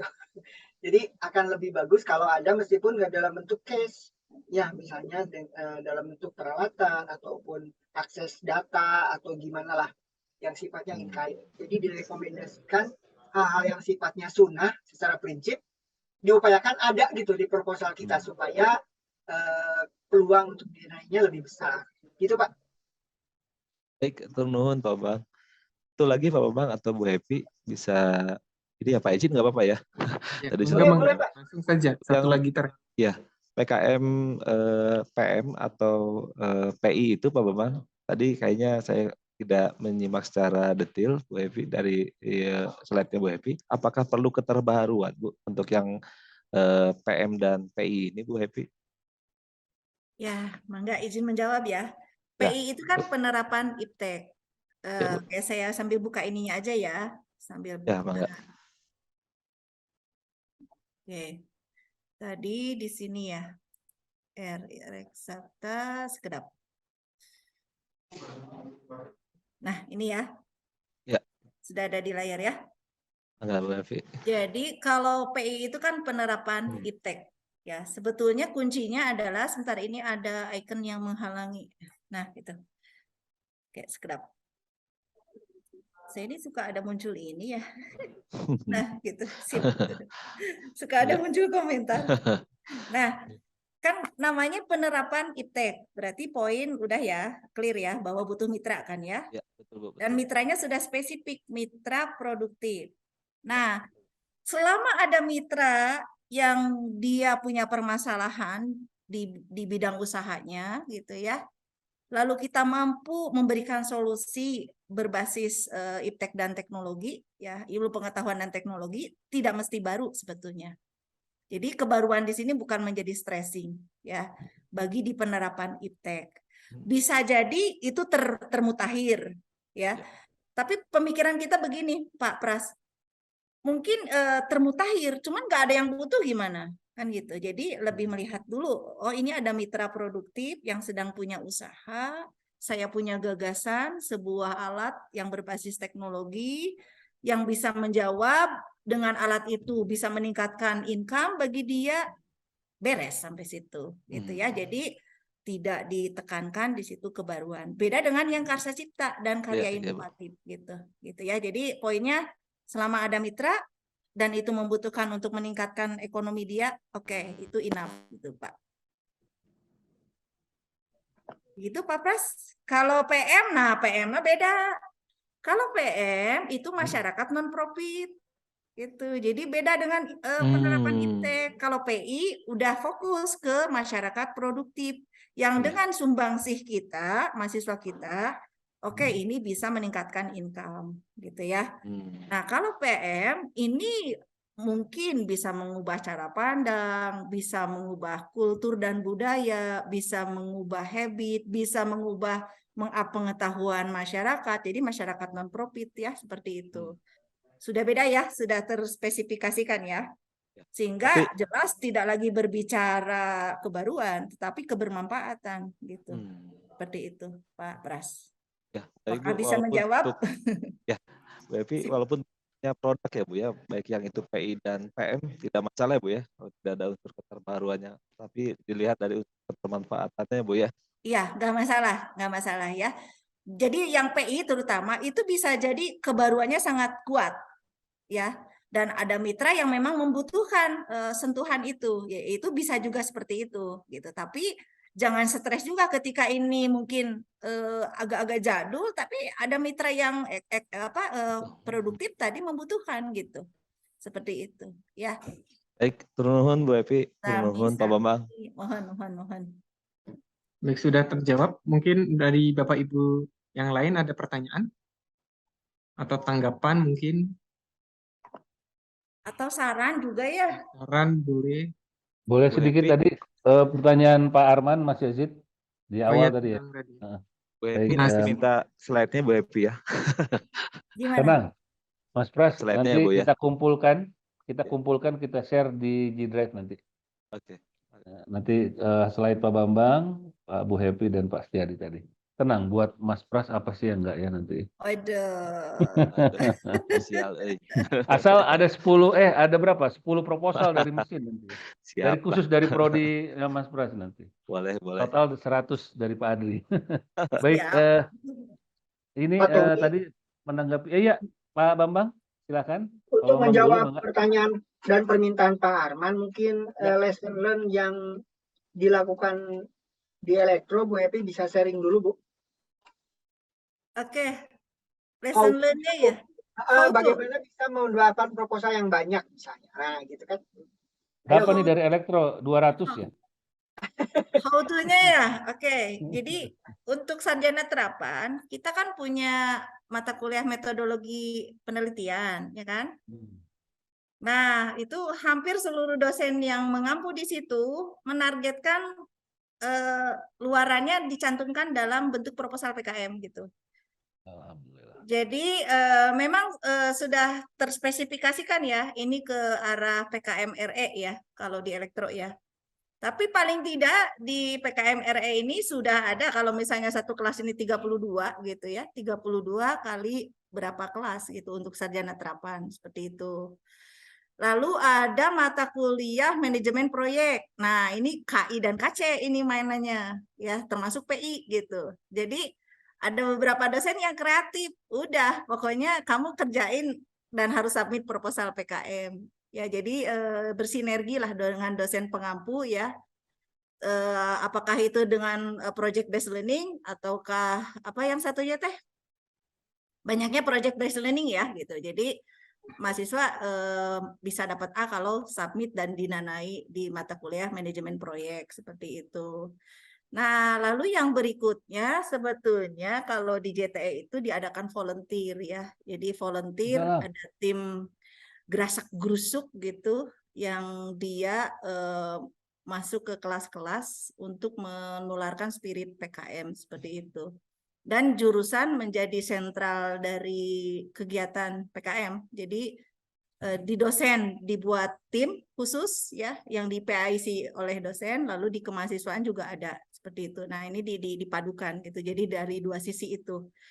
Dan kita membuat yang namanya tabel. Jadi tabel apa ya, kayak tabel checklist lah Pak Pras atau dan teman-teman yang lainnya ya. Jadi tabel checklist yang terkait kedisiplinan terhadap aturan. Misalnya apa namanya, jenis huruf menggunakan time New Roman. Nah, nanti ada yes, no. Nah, dia di seluruh halaman dicek, kalau udah dicentang yes, gitu ya. Halaman inti berada di kanan atas misalnya yes, no, seperti itu. Jadi memang berupaya tools-toolsnya juga dibuat seperti itu. Ya, selebihnya mah pasrah saja. Udah berikhtiar maksimal, anak-anak sudah dikompori sampai berusaha meledak, ya berikutnya tinggal ini ya, pendampingan terus ininya. Yang dikompori itu dosennya supaya dosennya juga benar-benar mendampingi anak-anak ya gitu. Nothing spesial, Pak. Baik. Bu Happy, saya juga nambahkan sedikit Pak Bambang, Mas Yazid tadi dari Pak Arman. Bu Rahil sudah bikin juga programnya, Bapak-Bapak. Nanti kita akan mendekati BEM, Pak Bambang, Pak Arman. Jadi BEM, sekolah PKM-nya tahun beberapa periode lalu itu kita perbaiki. Jadi nanti kita coba dari berbagai sisi, Pak Arman. Tadi kemarin sosialisasi ke mahasiswa ada 100 mahasiswa yang join ya. Sosialisasi ke dosen saat ini mungkin hanya 30, tapi mudah-mudahan menjadi viral. Lalu nanti kita ke BEM-nya, Pak. BEM itu kita kumpulkan untuk membuat lagi tim khusus untuk PKM. Kalau di politeknik lain ada UKM PKM, kalau kita minimal di BEM dulu BEM kita bentuk tim yang untuk fokus di PKM, jadi nanti mereka bisa bantu kita untuk filtering tahap awal ya, untuk teknis-teknis penulisan dan lain-lain. Nanti ketika sudah itu mungkin bisa direview oleh teman-teman dosen nanti pada saat review kampus. Selain BEM, ada juga rencana, tapi memang ini masih rencana apakah bisa tahun ini. Kita mencoba modelnya coaching ya, pendampingan. Tadi seperti Pak Pras, kalau butuh Pak, nanti saya tinggal, kalau Pak Pras butuh sama Bu Happy, nanti saya tinggal Pak Pras nanti ke Bu Happy gitu ya. Seperti itu. Tetangga Pak nanti, Pras mah, tetangga. iya. Jadi jadi butuh nanti mungkin teman-teman yang sudah biasa nanti bisa bantu beberapa dosen yang ingin lebih banyak bertanya. Nanti kita bikinkan mekanismenya, waktunya gitu ya, jadi semacam coach, ada coachnya, mentoringnya, sehingga bisa lebih terasa teknisnya. Itu dulu sih Pak Arman, ya memang kita ketahui karakternya memang agak berbeda, tapi kita coba tahun ini kita lebih dekati dari berbagai sisi. Iya. Dan nanti pelan-pelan kita ikuti teknis-teknis kampus lain ya, yang nanti yang bagusnya kita ikuti, mudah-mudahan bisa lebih banyak nanti ke depan. Iya, silakan Bu Epi. Pak Itu Towi dari saya punten komentar. tadi menyela ya, punten banget.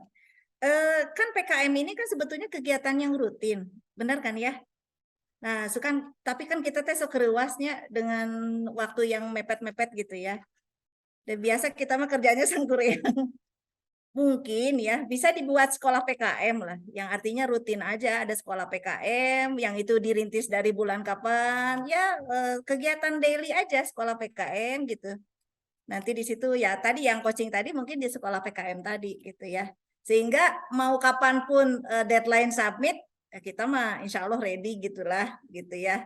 Itu harapannya. Baik Bu, ya terima kasih Bu, idenya bagus banget. Memang sudah pernah ada ini di sekolah PKM di BEM itu, cuman mereka pelaksanaannya masih kurang bagus. Kalau dikatakan jelek nggak enak ya, masih kurang optimal gitu. Tapi kita coba dampingi sekarang tahun ini BEM, jadi kita jadikan gerbong juga untuk menggolkan 1000 proposal ini nanti dari sisi BEM-nya. Terima kasih Bu Happy. Ya Mas Yazid, mangga. Baik, terima kasih banyak Bu Happy, Pak Tommy, Pak Pras, Pak Wisnu Adi, dan juga Pak Arman, Pak Setiadi. Mungkin Bapak Ibu karena mengingat waktunya ini akan sholat Jumat ya, kita berterima kasih banyak. Demikian mungkin sosialisasi untuk jurusan di Politeknik Negeri Bandung untuk bagaimana kita berupaya mensukseskan program kreativitas mahasiswa, utamanya bagi mahasiswa jurusan masing-masing, dan juga target Polban untuk bisa mengirimkan 1000 proposal terpenuhi tahun insya Allah ya. Demikian, mohon maaf atas segala kehilaf dan kekurangan. Wabillahi taufiq wal hidayah. Assalamualaikum warahmatullahi wabarakatuh. Terima kasih Bapak Ibu dan sampai jumpa lagi ya. Waalaikumsalam. Kalau Pak BW makan kerupuk, saya lagi makan kacang di sini.